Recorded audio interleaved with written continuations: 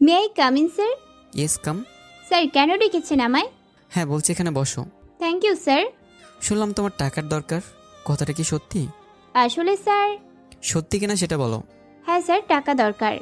কত টাকা দরকার? প্রায় 3 লাখ টাকার মতো। টাকাগুলো আমি তোমাকে দেবো।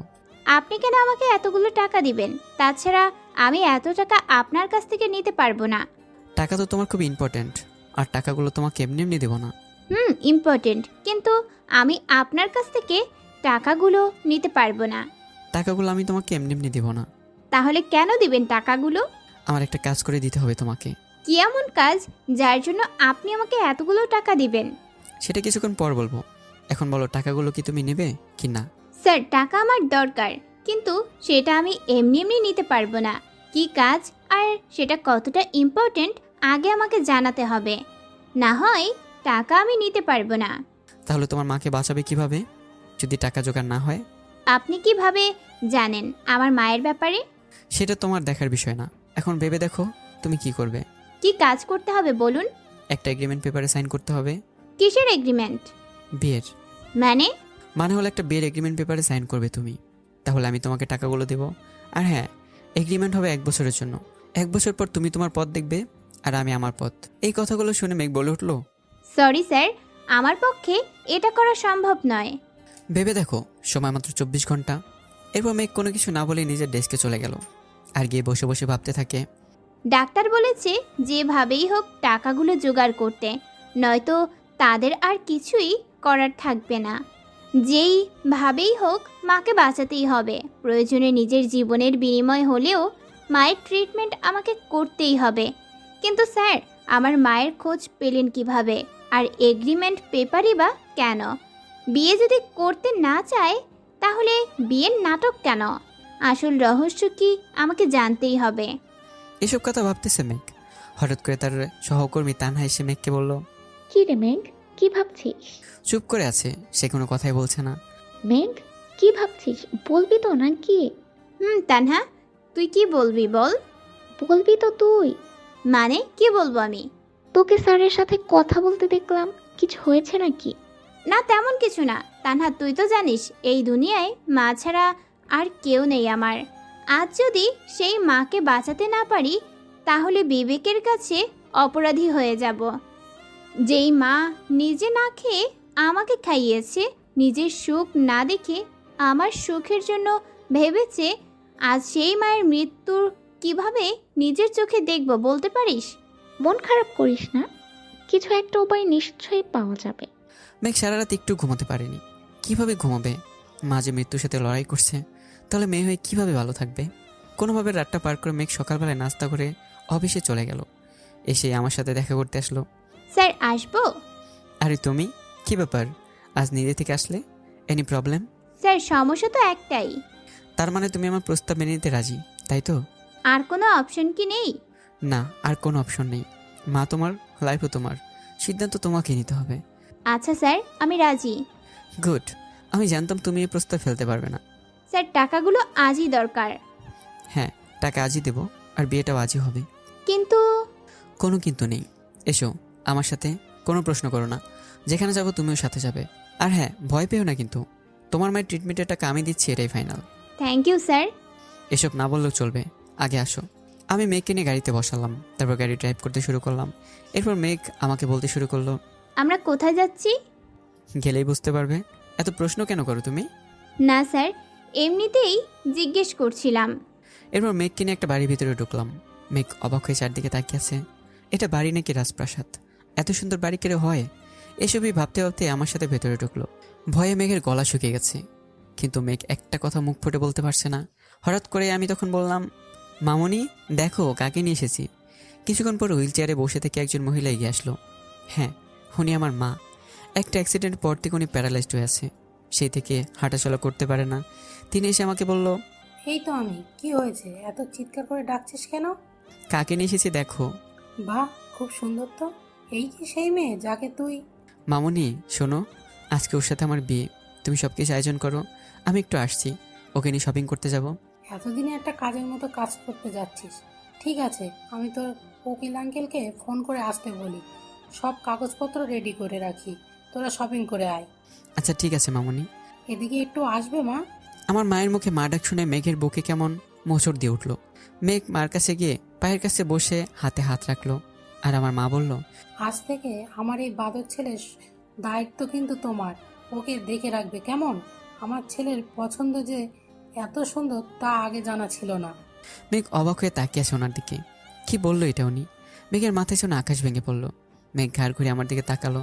আমি ওর এমন ভাব করে তাকানো দেখে বললাম, এই ভেবে তাকিও না, তাড়াতাড়ি এসেও শপিং করতে হবে। মেঘ রীতিমতো ভয় পেয়ে গেল আমার এরকম কথায়। কি আজব লোক রে বাবা, নিজের স্বার্থ রক্ষার জন্য আমাকে বিয়ে করতে চাইছে, নাকি ওনার এই বিয়ের পিছনে কোনো রহস্য লুকিয়ে আছে? জানি না কি চান উনি। ওনার মতিগতি বোঝার ক্ষমতা আল্লাহ আমাকে দেয়নি মনে হয়। যাই হোক, এত ভেবে লাভ নেই। এখন মাকে বাঁচানোর এই একটাই উপায়, যেভাবেই হোক মাকে আমার চাই চাই। দুজনে টুকটাক কিছু শপিং করে বাসায় আসলাম। বাসায় এসে আমি মেঘকে একটা শাড়ি পরে নিয়ে রেডি হতে বললাম, একটু পর কাজে আসবে। তারপর থেকে মেঘের আগামী 1 বছর চুক্তির উপর দাঁড়িয়ে থাকবে। একটা সম্পর্ক কি চুক্তি দিয়ে শুরু হয়? মেঘ এসব কথা ভাবছিল। তখন আমি বললাম, এই যে হ্যালো, তাড়াতাড়ি রেডি হও, কাজে চলে আসবে। স্যার, আমার মা। তোমার মায়ের অপারেশন আজকে হবে, তুমি সেখানে যাবে, কিন্তু আগে আমাদের বিয়েটা হোক, তারপর। অপারেশনের টাকা? ওটা অলরেডি জমা হয়ে গেছে, আর ডক্টরের সাথে আমার কথা হয়েছে। ও। তুমি রেডি হয়ে আসো, আমি নিচে অপেক্ষা করছি। হুম। ও হ্যাঁ, একটা কাজ বাকি। এই কথা বলে আমি আলমারি থেকে একটা কাগজ বের করে মেঘের হাতে দিলাম। মেঘ কাগজটা হাতে নিয়ে বলে উঠলো, এটা কি স্যার? এটা এগ্রিমেন্ট পেপার। মেঘ হাতে নিয়ে পড়তে শুরু করলো। আমি মেঘকে থামিয়ে দিয়ে বললাম, এখন এটা পড়ে সময় নষ্ট না করে তাড়াতাড়ি সাইন করো। এক্ষুনি সাইন করতে হবে? হ্যাঁ, এক্ষুনি সাইন করতে হবে। মেঘ ভয়ে ভয়ে হাতে কলম তুলে নিল আর ভাবতে শুরু করলো, হে আল্লাহ, বাঁচার কি কোনো উপায় নেই? শেষ পর্যন্ত একটা এগ্রিমেন্ট পেপারে সাইন করে বেঁচে থাকার লড়াই করতে হবে। কিন্তু যদি তামিম এটা জানে, তাহলে কি তাকে কিভাবে জবাব দিব? অবশ্য ওর আর এখন আমার লাইফ নিয়ে কোনো মাথা ব্যথা নেই। যদি থাকতো তাহলে এইভাবে। পুরোটা বলার আগে আমি বললাম, এত ভেবে লাভ নেই, যা হবে অবশ্যই ভালো হবে। তোমার মাকে তো ফিরে পাবে, তাই না? মেঘ ভাবতে শুরু করলো। একটা স্বাক্ষরের মাধ্যমে আমি আমার সব কিছু হারাতে যাচ্ছি। তবে যাই হোক, এর কারণে তো আমার মাকে ফিরে পাবো, এটাই আমার কাছে অনেক। অবশেষে মাকে বাঁচাতে গিয়ে আজ নিজের জীবনকে চুক্তির ভেতরে নিয়ে নিলাম। হুট করে মেঘ এগ্রিমেন্ট পেপারে সাইন করে কাগজটা আমার হাতে দিল। আমি ছেলের দিকে তাকিয়ে একটা মুচকে হাসি দিলাম। আমি এগ্রিমেন্ট পেপারটা আলমারিতে রেখে মেঘকে আসতে বলে নিচে চলে গেলাম। মেঘ খুব জোরে কান্না করতে লাগলো। আজ সব শেষ হয়ে গেল তার। অবশেষে বিয়েটা সম্পূর্ণ হলো। বিয়ে শেষ করে কাজেও চলে গেল। মেঘ আমাকে বলতে শুরু করলো, স্যার, এবার তো আমি মায়ের কাছে যেতে পারি? চলো। এই পোশাকে? হ্যাঁ, এটাই পড়ে যাবে। তোমার মায়ের কাছ থেকে আশীর্বাদ নিতে হবে না? ওনার তো দেখা দরকার, ওনার মেয়েকে বউ সাজে কেমন লাগে, তাও আবার চুক্তির বউ। কি রে, কি এমন বলেছিস ওকে? মামুনি, মেঘ ওর মায়ের সাথে দেখা করতে চায়। ঠিক আছে, তুই ওকে নিয়ে যা। আর হ্যাঁ, পৌঁছে আমাকে একটা কল করে দিস, আমি চিন্তায় থাকবো। আর তাড়াতাড়ি বাসায় ফিরে আসিস কেমন? মামুনি, তুমি চিন্তা করো না, আমরা দ্রুত ফিরে আসবো। মিলি, এই মিলি, কোথায় তুই? জি ভাইজান, বলেন। মামুনির খেয়াল রাখিস, আমি একটু বাইরে যাব। জি ভাইজান, ডাকবো। আপনি কোনো টেনশন করেন না। গুড। মেঘ চলো, আমাদের বের হতে হবে। আসছি মা। তাড়াতাড়ি আসিস মা। আচ্ছা ঠিক আছে মা। এরপর দুজনে হসপিটালে চলে গেলাম। হসপিটালে গিয়ে মেঘ ডাক্তারকে জিজ্ঞাসা করলো, ডাক্তার, আমার মা কোথায়? এখন আমার মায়ের কি অবস্থা, কেমন আছে? যদিও অপারেশন সাকসেসফুল, কিন্তু ওনার অবস্থা খুব একটা ভালো না। মনে হয় না ওনাকে বেশি দিন বাঁচিয়ে রাখা সম্ভব হবে। মানে কি ডাক্তার? দেখো আকাশ, জীবন মরণ সবই আল্লাহর হাতে। উনি চাইলে মানুষকে বাঁচাতে পারেন, আবার মারতেও পারেন। আপনার মা আর বেশি দিন বাঁচবে না। আপনি পাগল হয়ে গেছেন ডাক্তার, এটা কখনোই হতে পারে না। আমার মা আমাকে ছেড়ে যেতে পারে না, আমি আমার মায়ের কাছে যাব। এই কথাটা বলে মেঘ এক দৌড়ে মায়ের কেবিনে গিয়ে মায়ের পাশে বসে কান্না শুরু করলো। এইদিকে আমি ডাক্তারের সাথে কথা বলতেছি। ডাক্তার, ওনাকে কবে রিলিজ করবেন? 2 দিন পর ওনাকে রিলিজ করে দিব। আর একটা কথা, জি ডাক্তার, বলুন। প্লিজ ওনার একটু খেয়াল রাখবেন। ওনার হাতে বড় জোর 4 থেকে 5 মাস সময় আছে। ওনাকে একটু দেখে রাখবেন। Okay doctor, I will try my best. Thank you Akash. আচ্ছা তাহলে আমি এখন আসছি। ওকে, আসুন। আমি কেবিনে এসে দেখি মেঘ পাগলের মতো কান্না করতেছে। আমি কিভাবে মেঘকে সামলাবো কোনো উপায় খুঁজে না পেয়ে মেঘের গায়ে হাত রেখে বললাম, প্লিজ মেঘ, তুমি এভাবে ভেঙে পড়ো না। তুমি যদি ভেঙে পড়ো তাহলে মাকে কে সামলাবে? মা তো এখনও জানেন না যে তার হাতে মাত্র কয়েকটা মাস। মেঘ পিছনে ঘুরে আমাকে দেখে জোরে ধরে কান্না করতে লাগলো আর বলতে লাগলো, মায়ের কিছু হলে আমি বাঁচব না স্যার। মা ছাড়া আমার যে আর কেউ নেই, আমি যে বড্ড একা হয়ে যাব। কেন, আমরা আছি তো তোমার সাথে। আমি আছি, মামুনি আছে। তুমি কেন ভেঙে পড়ছো মেঘ? নিজেকে সামলাতে চেষ্টা করো। আমার কথায় মেঘ আমাকে ছেড়ে দিয়ে সরে যায় আর বলতে থাকে, আই এম সরি স্যার। ঠিক সেই সময় মেঘের মা বলে উঠল, মেঘ, মা তুমি ঠিক আছো তো? মেঘের মা উঠতে গেলে আমি ওনাকে ধরে পিঠের সাথে বালিশ দিয়ে ওনাকে বসিয়ে দিই। এরপর মেঘের মা মেঘের দিকে তাকিয়ে বলল, বাহ, তোকে তো খুব সুন্দর লাগছে এই পোশাকে। মা আমাকে ক্ষমা করে দাও, তোমাকে না জানিয়ে এত বড় একটা সিদ্ধান্ত নিয়ে ফেলেছি। আকাশ আমাকে সব কিছু বলেছে। তুমি জানো? হ্যাঁ, অপারেশনে যাওয়ার আগে আকাশ আমাকে সব কিছু বলেছে। আমি নিজে ওকে অনুমতি দিয়েছি তোকে বিয়ে করার জন্য। মেঘের মনে ভয় ঢুকে গেল। কি বলে মাকে বিয়ের জন্য রাজি করলো? তাও আবার একটা এগ্রিমেন্ট পেপারে সাইন করা বিয়ে। মা কি এটা জানে? মা এটা জানলে তো সর্বনাশ হয়ে যাবে। মেঘ আমার দিকে একবার তাকিয়ে তারপরে মাকে জড়িয়ে ধরলো। আর তখন তার মা বলতে লাগলো, তুই খুব সুখী হবি মা। আমি তোর জন্য রোজ আল্লাহর কাছে কান্নাকাটি করে এমন একজনকে চেয়েছি যে তোকে অনেক ভালো রাখবে। মা, আকাশ খুব ভালো ছেলে, ও তোকে অনেক ভালো রাখবে। মা এখন এসব কথা ছাড়ো তো। এখন তোমার কাছে কেমন লাগছে সেটা বলো। আমি একদম ঠিক আছি। মা এখন একটু রেস্ট নেন, নয়তো শরীর আরও অসুস্থ হয়ে যাবে। আচ্ছা ঠিক আছে। মেঘ চলো আমরা বাসায় যাই, মামুনি অপেক্ষা করছে। স্যার আমি এখানেই থাকি, মাকে ছেড়ে আমার যেতে ইচ্ছে করছে না। কিন্তু মা, আজ তো তোদের বিয়ের প্রথম। মা প্লিজ, আমি এখন কোথাও যাচ্ছি না, এটাই ফাইনাল। মেঘ বাচ্চাদের মতো মাকে জড়িয়ে ধরে রাখে। এরপর মেঘের মা বলল, পাগল মেয়ে। মেঘ কান্না করেই যাচ্ছে। মা, মেঘ না গেলে আমি না হয়ে চলে যাই। না বাবা, মেঘ যাবে। আজ মাত্র ওর বিয়ে হলো, আজ তো ওর বরের বাড়িতে থাকার কথা। তাছাড়া আমি এখন ভালোই আছি। তোমরা সকালে এসো, রাতে তো দুজনে এখানে থাকতে পারবে না। এটা হসপিটাল, এখানে কি এত লোকজন অ্যালাউ করবে? কিন্তু মা আমি তোমাকে ছাড়া। রাতটাই তো, সকালে আসিস, অনেক সময় মিলে আড্ডা দেব মা মেয়ে মিলে। এবার যাও মা, তোরা তোমাদের সংসার সাজানোর প্ল্যান করো। মা কাঁদে না মা, আজকে যে সুখের দিন, এই দিনে কাঁদতে নেই। মা আমি যাব না। মায়ের কথা শুনতে হয়, আর তোর শাশুড়ি মা অপেক্ষা করছে তোদের জন্য। তাতে কি হয়েছে? আকাশ, ওকে নিয়ে যাও তো বাবা। মা তুমি এমন করছো কেন? পাগলি মেয়ে, নিজের বরের বাড়িতে যাবি না, এখানে থাকবি, সেটা হয় নাকি? মা, মেঘ খুব জেদি, ও আমার একটা কথাও শোনে না। ওকে বকা দিন তো একটু। মেঘ, কি শুরু করলি? তুই যাবি না ওর সাথে? যাচ্ছি তো। নিজের মেয়ের থেকে মেয়ের জামাইকে প্রায়োরিটি দিচ্ছ তুমি, খুব পচা। মেঘ এই কথা বলে রাগ দেখে বের হয়ে চলে গেল। এদিকে মা আমাকে বলতে শুরু করলো, বাবা, তোমার কাছে আমার একটা অনুরোধ। সীমা, অনুরোধ কেন করছেন? বলেন, কি বলবেন? আমি দোয়া করি একদিন তোমার ভালোবাসা জয় হবে। আমি জানি আমার হাতে খুব বেশি সময় নেই। আমি যখন থাকবো না, তুমি তাকে দেখে রেখো বাবা। আমি চলে গেলে ও একা হয়ে যাবে। এটা একটা সন্তানের কাছে মায়ের অনুরোধ বাবা। মা, আমি আগে আপনাকে সব কিছু বলেছি, আপনি ভাববেন না। দায়িত্ব যখন নিয়েছি, তাকে ভালো রাখার দায়িত্ব আমার। আজ হোক কাল হোক, মেঘ আমারই হবে। হ্যাঁ, মেঘ আগে একজনকে ভালোবাসতো, হয়তো সে থাকলে মেঘ আজকে আমার হতো না। মা, আমি আপনাকে ওয়াদা করছি, আজ থেকে মেঘের ভালো রাখার দায়িত্ব আমার। এক ফোঁটা কষ্ট মেঘকে স্পর্শ করবে না। মা, আপনি শুধু আমাদেরকে দোয়া করবেন, আমি যেন আমার সবটা দিয়ে মেঘকে ভালো রাখতে পারি। চিন্তা করবে না, যেহেতু বিয়ে হয়ে গেছে, ও চাইলে ওই পবিত্র বন্ধন থেকে বের হতে পারবে না। আমি ওকে মুক্তি দেব না, সারা জীবন আমার কাছে রেখে দেব। আচ্ছা মা, আসি। মেঘ গাড়িতে একা। আচ্ছা ঠিক আছে বাবা, যাও। তারপর আমি গিয়ে গাড়িতে উঠলাম, গাড়ি স্টার্ট করলাম। মেঘ চুপচাপ বসে আছে, কেউ কোনো কথা বলছি না। ভাগ্যিস মেঘ তখন কেবিনে ছিল না, নয়তো সব শুনে ফেলতো। মেয়েটা এমনিতে অনেক কষ্ট পাচ্ছে, আর ওকে কষ্ট দেওয়া যাবে না। এসব ভাবতে ভাবতে বাসার কাছে চলে আসলাম। গাড়ি থেকে নেমে দুজনে ভেতরে চলে যাই। ঘরে গিয়ে আমি মেঘকে আলমারি থেকে কিছু শাড়ি নামিয়ে বললাম ফ্রেশ হয়ে আসার জন্য। এরপর মেঘ ফ্রেশ হয়ে এসে শাড়ি চেঞ্জ করে রান্নাঘরে যায়।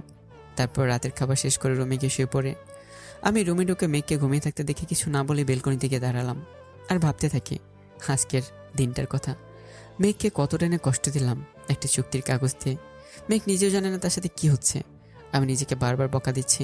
ওকে সত্যিটা বলতে পারতাম, কিন্তু যদি মেঘ দূরে সরে যায় সেই ভয়ে একটা চুক্তি করে নিলাম, যেন মেঘ আমাকে ছেড়ে না যেতে পারে। কিন্তু আমি কি পারবো এই 1 বছরের চুক্তির মধ্যে মেঘের মন জয় করে নিতে? পারবো মেঘের ভালোবাসা মানুষ হয়ে উঠতে?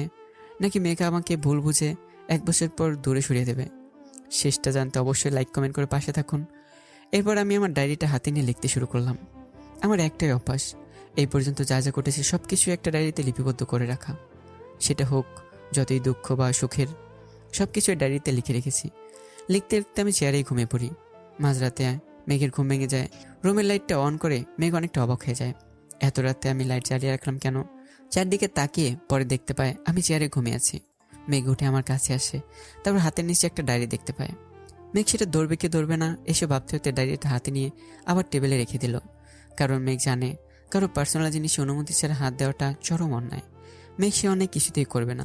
মেঘ ঘড়ির দিকে তাকিয়ে দেখে রাত প্রায় শেষের দিকে। তাই মেঘ ওয়াশরুমে গিয়ে গোসল করে উজু করে আসলো। উজু করে এসে তাহাজ্জুদ নামাজ আদায় করে নিল। তারপর কোরআন তিলাওয়াত করে ফজরের আজান দিলে নামাজ আদায় করে নিল। একটু পর চারদিকে আলোয় চিকচিক করবে, তাই দেরি না করে মেঘ রান্নাঘরের দিকে পা বাড়ালো। ঠিক তখনই মায়ের রুম থেকে আওয়াজ আসছিল, মার ফুপানোর কণ্ঠ। মেঘের আর বুঝতে বাকি রইল না যে উনি কান্না করছেন, কিন্তু এত সকালে কেন কান্না করছেন সেটা জানার জন্য মেঘের বড্ড কৌতূহল হয়। তাই মেঘ দরজা কাছে কান পেতে শুনতে লাগলো। এমন কিছু শোনার জন্য মেঘ স্তব্ধ সেখানে দাঁড়িয়ে থাকে। কিছুক্ষণ পর নিজেকে সামলে নিয়ে রান্নাঘরের দিকে পা বাড়ালো। সকালে সব নাস্তা মেঘ নিজের হাতে রেডি করলো। তারপর আমার মায়ের রুমের কাছে গিয়ে দরজায় নক দিয়ে বলতে লাগলো, মা দরজাটা খুলবেন? দাঁড়াও মা, আসছি। মা হুইল চেয়ার টেনে দরজা খুলে দিলেন। মেঘকে দেখে উনি একেবারে অবাক হয়ে গেলেন। ঘরের লক্ষ্মী, হাতে চায়ের কাপ, চুলে খোপা, শাড়ির আসল কোমরে গোছা। এরপর মেঘ বলে উঠল, মা আপনার চা। এত সকালে তুই রান্নাঘরে কেন গেলি মা? মিলি কোথায়? মিলি অন্য কাজ করছে, তাই আমি রান্নাটা করে নিলাম। ইস, প্রথম দিনেই রান্নাঘরে কেন গেলে মা? মিলি করে দিত। মা এতদিন সব কাজ মিলি করেছে, আজ থেকে আমি করব। আপনি কিন্তু আপত্তি করতে পারবেন না, আর আপত্তি করলে আমি শুনবো না। আমি কিন্তু খুব বেয়াদব টাইপের মেয়ে, কথা না শোনার অভ্যাস আছে আমার। তোমার সাথে কথাই পারবো না মা। এখন দরজার সামনে দাঁড়িয়ে না থেকে ভিতরে এসো। চাটা নিন, আর কি খাবেন সেটা বলুন, আমি রান্না করে নিয়ে আসছি। কিছু লাগবে না মা, এতদিনে আমার ঘরে একটা লক্ষ্মী এসেছে। বাদর ছেলেটা এবার একটু হলেও ভালো থাকবে। কেন মা, উনি কি আগে ভালো থাকতেন না? না মা, ঠিক তা নয়। তুমি ওর স্ত্রী, ওর সব কথা জানার অধিকার তোমার আছে। তবে সেটা আজকে না, অন্যদিন তোমাকে বলবো। মা আপনি কি কিছু লুকাচ্ছেন আমার কাছ থেকে? তোমার কাছ থেকে কোনো কিছু লুকানোর অধিকার নেই মা। এখানে এসো, বসো। তাহলে এভাবে বলছেন কেন মা? বলুন না মা, কি হয়েছে, আমি কি জানতে পারি না? জানবে, তবে সেটা আকাশের কাছ থেকে। আমি যদি কিছু বলি তাহলে আকাশ কষ্ট পাবে। আমি চাই তুমি কথাগুলো আকাশের কাছ থেকেই জানো। আর ওর ভেতরের একটা গিল্টি ফিলিংস আছে, সেটা তোমারই দূর করতে হবে। বারবার নিজেকে দোষী ভাবছে, কিন্তু আমি তো মা, আমি জানি আমার ছেলেটার কোনো অন্যায় নেই। ও অন্যায় করতেই পারে না। আমি কিভাবে জানবো মা? বোকা মেয়ে, তুমি ওর বিবাহিত স্ত্রী। এমন কিছু ব্যাপার নেই যে আকাশ তোমার কাছ থেকে লুকাবে। তবে কিছু একটা নিয়ে আকাশ খুব কষ্ট পাচ্ছে, সেটা আজও আমার কাছে অজানা। শত চেষ্টা করেও রহস্য জানতে পারছি না, কিন্তু বুঝতে পারি ছেলেটা আমার কষ্টে আছে। মেঘ কথাগুলো শুনতেছে আর ভাবতেছে, কি এমন কষ্ট ওনার যে তিলে তিলে ধ্বংস হয়ে যাচ্ছেন তিনি? আমি কি পারবো সত্যি ঘটনাগুলো জানতে, নাকি আমাকে আবারও ব্যর্থ হতে হবে? কিছুক্ষণ পর আবার আম্মু বলে উঠল, জানিস মা, আমি সবসময় একটা জিনিস ফলো করতাম। আকাশ রোজ রাতে একটা ডায়েরিতে কি যেন লিখে রাখে, কিন্তু এটা জানি আমার ছেলেটার মনে কি একটা ঝড় বইছে। ও খুব কষ্ট পাচ্ছে। পারবি না মা? ওকে তোর ভালোবাসা দিয়ে সুন্দর করে জীবনটা গড়িয়ে দিতে? কি করব মা? আমি যে একটা চুক্তির ভেতরে আটকে আছি, যেটা 1 বছর পর শেষ হয়ে যাবে। তারপর তো দুজনে দুই দিকে ছিটকে পড়ব। 1 বছরে কি ভাবে পারবো আমি ওনার কষ্টগুলো দূর করতে? জানি না কি আছে ওনার মনে, তবে যাই থাকুক না কেন সেটা আমাকে জানতেই হবে। মনে মনে ভাবলো কথাগুলো। এরপর আম্মু বলল, কি রে মা, রাখবি না আমার এই অনুরোধ? চিচিমা, আপনি এভাবে বলবেন না। আমি অবশ্যই চেষ্টা করব ওনার কষ্টগুলো দূর করার জন্য। যা গিয়ে দেখ আকাশের কি লাগবে। আমি একটু রান্নাঘরে গিয়ে দেখি মিলি কি করে। মা, আপনি বিশ্রাম নিন। তাছাড়া আমি তো আছি। আমি থাকতে আপনি রান্নাঘরে যাবেন, সেটা কি করে হয় বলেন তো? ঠিক আছে, রান্নাঘরে যাব না, আমাকে একটু সোফার কাছে নিয়ে চল মা, একটু বসবো। ঠিক আছে, আসুন। এরপর মেঘ হুইল চেয়ার টেনে ওনাকে নিয়ে সোফায় বসিয়ে দিল। তারপর নিজের রুমে গিয়ে দেখলো আমি চেয়ারে নেই। ওয়াশরুম থেকে পানির আওয়াজ আসছে। আমি ওয়াশরুমে। মেঘ অগোছালো রুমটা ঠিকঠাক করে নিচে চলে যায়। তারপর সব নাস্তা রেডি করে সবাইকে খাবার দিল। সকালে নাস্তা শেষ করে আমি রেডি হয়ে অফিসে যাব বলে ঠিক সেই সময় মেঘ রুমে ঢুকতে ঢুকতে বলল, এ কি, আপনি রেডি? অনেক দেরি হয়ে গেল তাই না? ইস, কখন অফিসে যাব? কোথায় যাবে? কেন অফিসে যাব? আজকে না একটা মিটিং আছে অফিসে। তো কি হয়েছে? কি হয়েছে মানে? অফিসে যাব, রেডি হতে হবে না? তুমি কোথাও যাচ্ছ না? মানে কি? মানে খুব সহজ, তুমি অফিসে যাচ্ছ না, আমি একাই যাচ্ছি। কিন্তু কেন? তোমার পোস্টে আজ অন্য একজন জয়েন করবে। মানে কি, আমার জব? নেই। হোয়াট?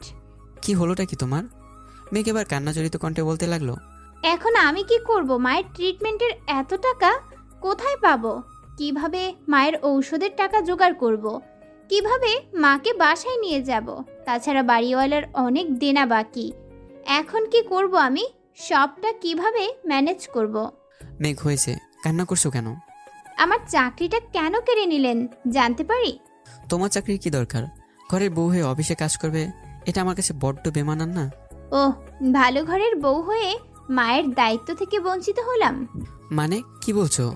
কিছু না, আপনি যান, আপনার দেরি হয়ে যাচ্ছে। তাছাড়া আজ তো জরুরি মিটিং আছে। মিটিং ক্যান্সেল করে দিয়েছি, কেন?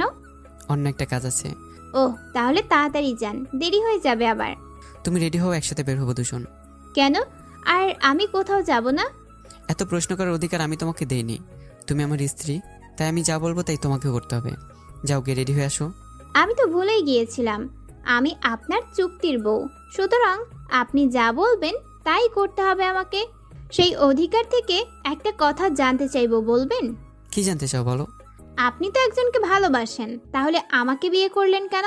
তাও আবার একটা এগ্রিমেন্ট পেপারে সই করিয়ে। আমি কি খুব বড় ক্ষতি করেছি আপনার, যার জন্য এত বড় শাস্তি দিলেন আমায়?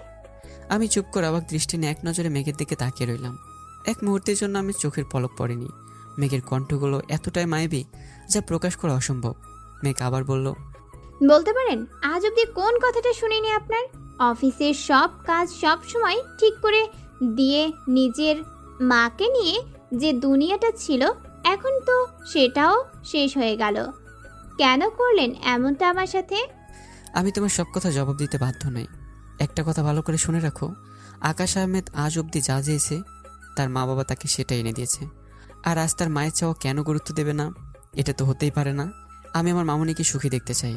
আমার মামনি আমার সব চাওয়া পূরণ করেছে, তাই আমি আমার মামনিকে একটু হলেও ফিরিয়ে দিতে চাই। আর হ্যাঁ, আজ থেকে আমি যতটুকু জানার অধিকার দেব ততটুকুই জানবে, একদম বেশি জানার চেষ্টা করবে না। আপনি কেন আমার সাথে এমন করছেন? যেটা জানতে চাইলাম সেটার উত্তর দিন না প্লিজ। কেন আমার জীবনটা নিয়ে খেলতেছেন? কি অধিকারে? অন্যায় আপনি করেছেন আর অপরাধী আমি? বাহ মিস্টার আকাশ আহমেদ, বাহ, কি সুন্দর কথা বললেন আপনি। যাই হোক, আমি একাই যেতে পারবো। আপনাকে আর আমার জন্য কষ্ট করতে হবে না। আপনি অফিসে যান। চুপচাপ রেডি হয়ে আসো, মাকে দেখতে যাব। তারপর তোমাকে নামিয়ে দিয়ে আমি আবার অফিসে যাব। আমের কোনো কথা না বলার সুযোগ দিয়েই রুম থেকে বাইরে চলে গেলাম। মেঘ রেডি হয়ে নিচে নেমে কোনো কথা না বলে সোজা গাড়িতে গিয়ে বসলো। আমি ড্রাইভ করছি, মেঘ বারবার আমার দিকে তাকায়। আমি একটা কথাও বললাম না, শুধু ড্রাইভ করছি। আমার চোখে জলের চিহ্ন স্পষ্ট বোঝা যাচ্ছে, দু চোখে নোনা জলে টলমল করছে। তা বুঝতে বাকি রইল না মেঘের। আমার এমন অবস্থা দেখে মেঘ ভাবতে থাকে, কি এমন কষ্ট ওনার যার জন্য উনি এখনো এত কষ্ট পান? আমার সাথেই বা এমন এগ্রিমেন্ট কেন করলো? কিভাবে জানবো আমি? কিভাবে বুঝবো আমি সকল সত্য ঘটনা? কি এমন গোপন তথ্য লুকিয়ে আছে যার জন্য আমাকে ওনার চুক্তির বউ হতে হয়েছে? এত কিসের কষ্ট ওনার? সব কিছু জানতে হবে আমাকে, সব জানতে হবে। যেইভাবেই হোক মায়ের কথা আমাকে রাখতেই হবে। আমি মাকে কথা দিয়েছি ওনার সব কষ্ট দূর করে ওনার মুখে হাসিটা আবার ফিরিয়ে আনবো। আমাকে যে পারতেই হবে আমাকে। শর্ত হলেও আমি ওনার এগ্রিমেন্ট করা বউ। আর 1 বছর তো অনেক সময়। এই একটা বছর আমাকে কাজে লাগাতেই হবে। হসপিটালের সামনে এসে আমি গাড়ি ব্রেক করতেই মেঘ ধাক্কা খায়, সাথে সাথে মেঘের ঘোর কাটে। গাড়ি ব্রেক করে আমি বললাম, নামো। আপনি ভিতরে যাবেন না? না, আমার অফিসে কাজ আছে, তুমি অপেক্ষা করো, আমি বিকেলে এসে তোমাকে নিয়ে যাব। আপনি না বললেন মিটিং ক্যান্সেল করেছেন? হ্যাঁ করেছি। তাহলে কিসের কাজ অফিসে? নতুন যে আসবে তাকে সব কিছু বুঝিয়ে দিতে হবে। সেটা তো ম্যানেজারকে বলে দিলেই হয়। আপনার যাওয়ার কি দরকার? জয়েন যে করবে সে একজন মেয়ে, আর আমার খুব কাছের কেউ। আমার এমন কথায় মেঘ একটু হলেও কষ্ট পেলেও পরে আবার নিজেকে সামলে নিয়ে জিজ্ঞাসা করলো, স্পেশাল কেউ হয়? স্পেশাল। মেঘ এবার আর কিছু না বলে গাড়ি থেকে নেমে গেল। একটিবারের জন্য পিছনে ফিরে তাকায়নি, একরকম দৌড়ে হসপিটালের ভিতরে চলে গেল। আমি গাড়ি স্টার্ট দিয়ে অফিসে চলে গেলাম। মেঘ সারাদিন তার মায়ের সেবা যত্ন করেছে, মায়ের সাথে অনেক আড্ডাও দিল। একসময় মেঘের মা বলে উঠলো, মেঘ, একটা কথা বলবো? হ্যাঁ মা, বলো, কি বলবে? তুই আকাশের সাথে ভালো আছিস তো? মা, এটা কেমন প্রশ্ন? ভালো না থাকলে কি আজ আকাশ নিজে এখানে নামিয়ে দিয়ে যেত? আমি জানতাম আকাশ তোকে বুঝবে। এদিকে আমি অফিসে চলে যাই। যাওয়ার পর অফিসের নতুন কর্মচারীকে কাজ বুঝিয়ে দিই। আবার হসপিটালে চলে যাই, গিয়ে সোজা কেবিনে চলে যাই। গিয়ে বললাম, এটা কি হলো মা? কেন বাবা, কি হয়েছে? মেয়েকে কাছে পেয়ে ছেলেকে ভুলে গেছেন? এটা কিন্তু ঠিক হলো না। শোনো ছেলের কথা, এদিকে আসো তো। আমি একটা চেয়ার টেনে ওনার পাশে বসলাম। মেঘ বারবার আমার দিকে তাকাচ্ছে আর ভাবছে, ছেলেটা মায়ের কাছে আসলেই কেমন যেন হয়ে যায়। আর বাসায় সব সময় গোমরা মুখ নিয়ে বসে থাকে। কি আছে ওনার মনে? কেন এমন অভিনয় করছেন? নিজে তো কষ্ট পাচ্ছে, সাথে আমাকেও একটা চুক্তির মাঝে বন্দি করে রেখেছেন। উনি আসলে চায়টা কি? মেঘ এসব কথা ভাবতেছে, হঠাৎ করে মেঘের মা বলে উঠলো, বাবা, একটা কথা বলবো? হ্যাঁ মা বলুন। আমার না এখানে দম বন্ধ হয়ে যাচ্ছে, আর পাচ্ছি না এখানে থাকতে। কি বলছো মা? তুমি ঠিক আছো তো? ডাক্তার ডাকবো? না রে মা, আমি ঠিক আছি। আমার না বাড়ি যেতে খুব ইচ্ছে করছে। আমাকে নিয়ে চল এখান থেকে। মায়ের দিকে তাকাই। আমি তো বুঝতে পারছি মেঘের চোখের ভাষা, তাই নিজেই মুখ খুললাম, মা আমি ডাক্তারের সাথে পরামর্শ করে দেখছি রিলিজ দেয় কিনা। কিন্তু মাকে নিয়ে যাব কোথায়? কেন, আমার বাড়ি আছে কি জন্য? ওখানে নেওয়াটা ঠিক হবে না। আমি তোমার কোনো কথা শুনতে চাই না। আজ মা আমাদের ওখানেই যাবে, আর এখন থেকে ওখানেই থাকবে, এটাই আমার ডিসিশন। তুমি কোনো কথা বলবে না, এটাই ফাইনাল। আমি ডক্টরের সাথে পরামর্শ করে দেখছি কি বলে। এবার আমি ডাক্তারের রুমে চলে যাই। গিয়ে ডাক্তারকে বললাম, ডাক্তার আসবো? হ্যাঁ আকাশ, আসো, কিছু বলবে? আসলে আমি চেয়েছিলাম মাকে আজকে বাসায় নিয়ে যেতে, এখানে থাকতে তো ওনার অসুবিধা হচ্ছে। সেটা ঠিক আছে আকাশ, ওনার ঠিক মতো যত্ন নিতে হবে। যদিও ওনার হাতে সময় খুব কম, যতদিন বাঁচে ততদিন তোমাদের একটু কষ্ট করতে হবে। এটা কোনো ব্যাপার না ডাক্তার, আমি আর মেঘ সব সামলে নেব, ওনার যত্নের কোনো ত্রুটি থাকবে না। এটা আমি জানি আকাশ, তোমাকে তো আমি আজ থেকে জানি না। তোমার মায়ের দিকটাই দেখো না, আজ 2 বছর ধরে ওনার এই অবস্থা, অথচ তুমি তাকে সব সময় ভাবে সাহায্য করছো। মামনির এই অবস্থার জন্য তো আমি দেয় ডাক্তার। যদি একটু সেবা করে আমার পাপের বোঝাটা একটু হালকা করতে পারি, সেটাই বা কম কিসের? আর তাছাড়া সন্তান হিসেবে এটা আমার দায়িত্ব ও কর্তব্য। দেখো, আমি এভাবে বলিনি, তুমি আমার কথায় কষ্ট পেলে আমি দুঃখিত। আকাশ, আসলে এই পর্যন্ত তোমার মায়ের চিকিৎসা এই হসপিটাল থেকে নেওয়া হয়েছে, আর সেটা আমি হ্যান্ডেল করেছি। সবই তো জানি, তাই বলেছি। I am sorry Akash. It's okay doctor, আমি কি এখন মাকে বাসায় নিয়ে যেতে পারি? তোমার উপর আমার বিশ্বাস আছে। দাঁড়াও, আমি তোমাকে সব ব্যবস্থা করে দিচ্ছি, তুমি ওনাকে আজই নিয়ে যাও। Thank you doctor, thank you so much. এটা আমার দায়িত্ব আকাশ, আমি জানি ওনার কোনো অযত্ন হবে না। আসি তাহলে। তুমি যাও, আমি ওনার রিলিজের সব কাগজপত্র ব্যবস্থা করে দিচ্ছি। তারপর আমি কেবিনে চলে যাই, গিয়ে মেঘের মায়ের সাথে গল্প করতে লাগলাম। ডাক্তার ডিসচার্জ পেপারে সই করতে বলে মেঘের মাকে হসপিটাল থেকে রিলিজ করে দেয়। এরপর সবাই বাসায় চলে আসলাম। বাসা আসার পর মেঘকে সব দিকটা সামলাতে হচ্ছে। একদিকে মায়ের সেবা, অন্যদিকে শাশুড়ি মায়ের যত্ন, সব মিলে মেঘ একটু চাপে থাকলেও অন্য কাউকে কোনো প্রকার কষ্টে ফেলতে চায় না, নিজের হাতে সব কিছু সামলে নেয়। আমি যতটা সময় বাসায় থাকি মেঘের কাছে হেল্প করি। এভাবে আমাদের দিন কাটতে থাকে। দেখতে দেখতে আমার আর মেঘের বিয়ের 4 মাস কেটে যায়। মেঘ অনেকবার চেষ্টা করেছে আমার ব্যাপারে সব কিছু জানতে, কিন্তু বারবারই মেঘকে হার মানতে হয়েছে। একটা সময় ছিল মেঘ শুধুমাত্র আমার একজন স্টাফ ছিল, কিন্তু আসছে আমার বিবাহিত বউ। যদিও বিয়েটা একটা চুক্তির মাঝে সীমিত ছিল, তবুও এই কয়েকটা মাসে আমার প্রতি মেঘের একটু টান জন্মাতে শুরু করেছে। মেঘ নিজেও জানে না সে আমার মায়ে নিজেকে জড়িয়ে নিচ্ছে, অথচ এই সম্পর্কটা আর 5টা সম্পর্কের মতো স্বাভাবিক নয়।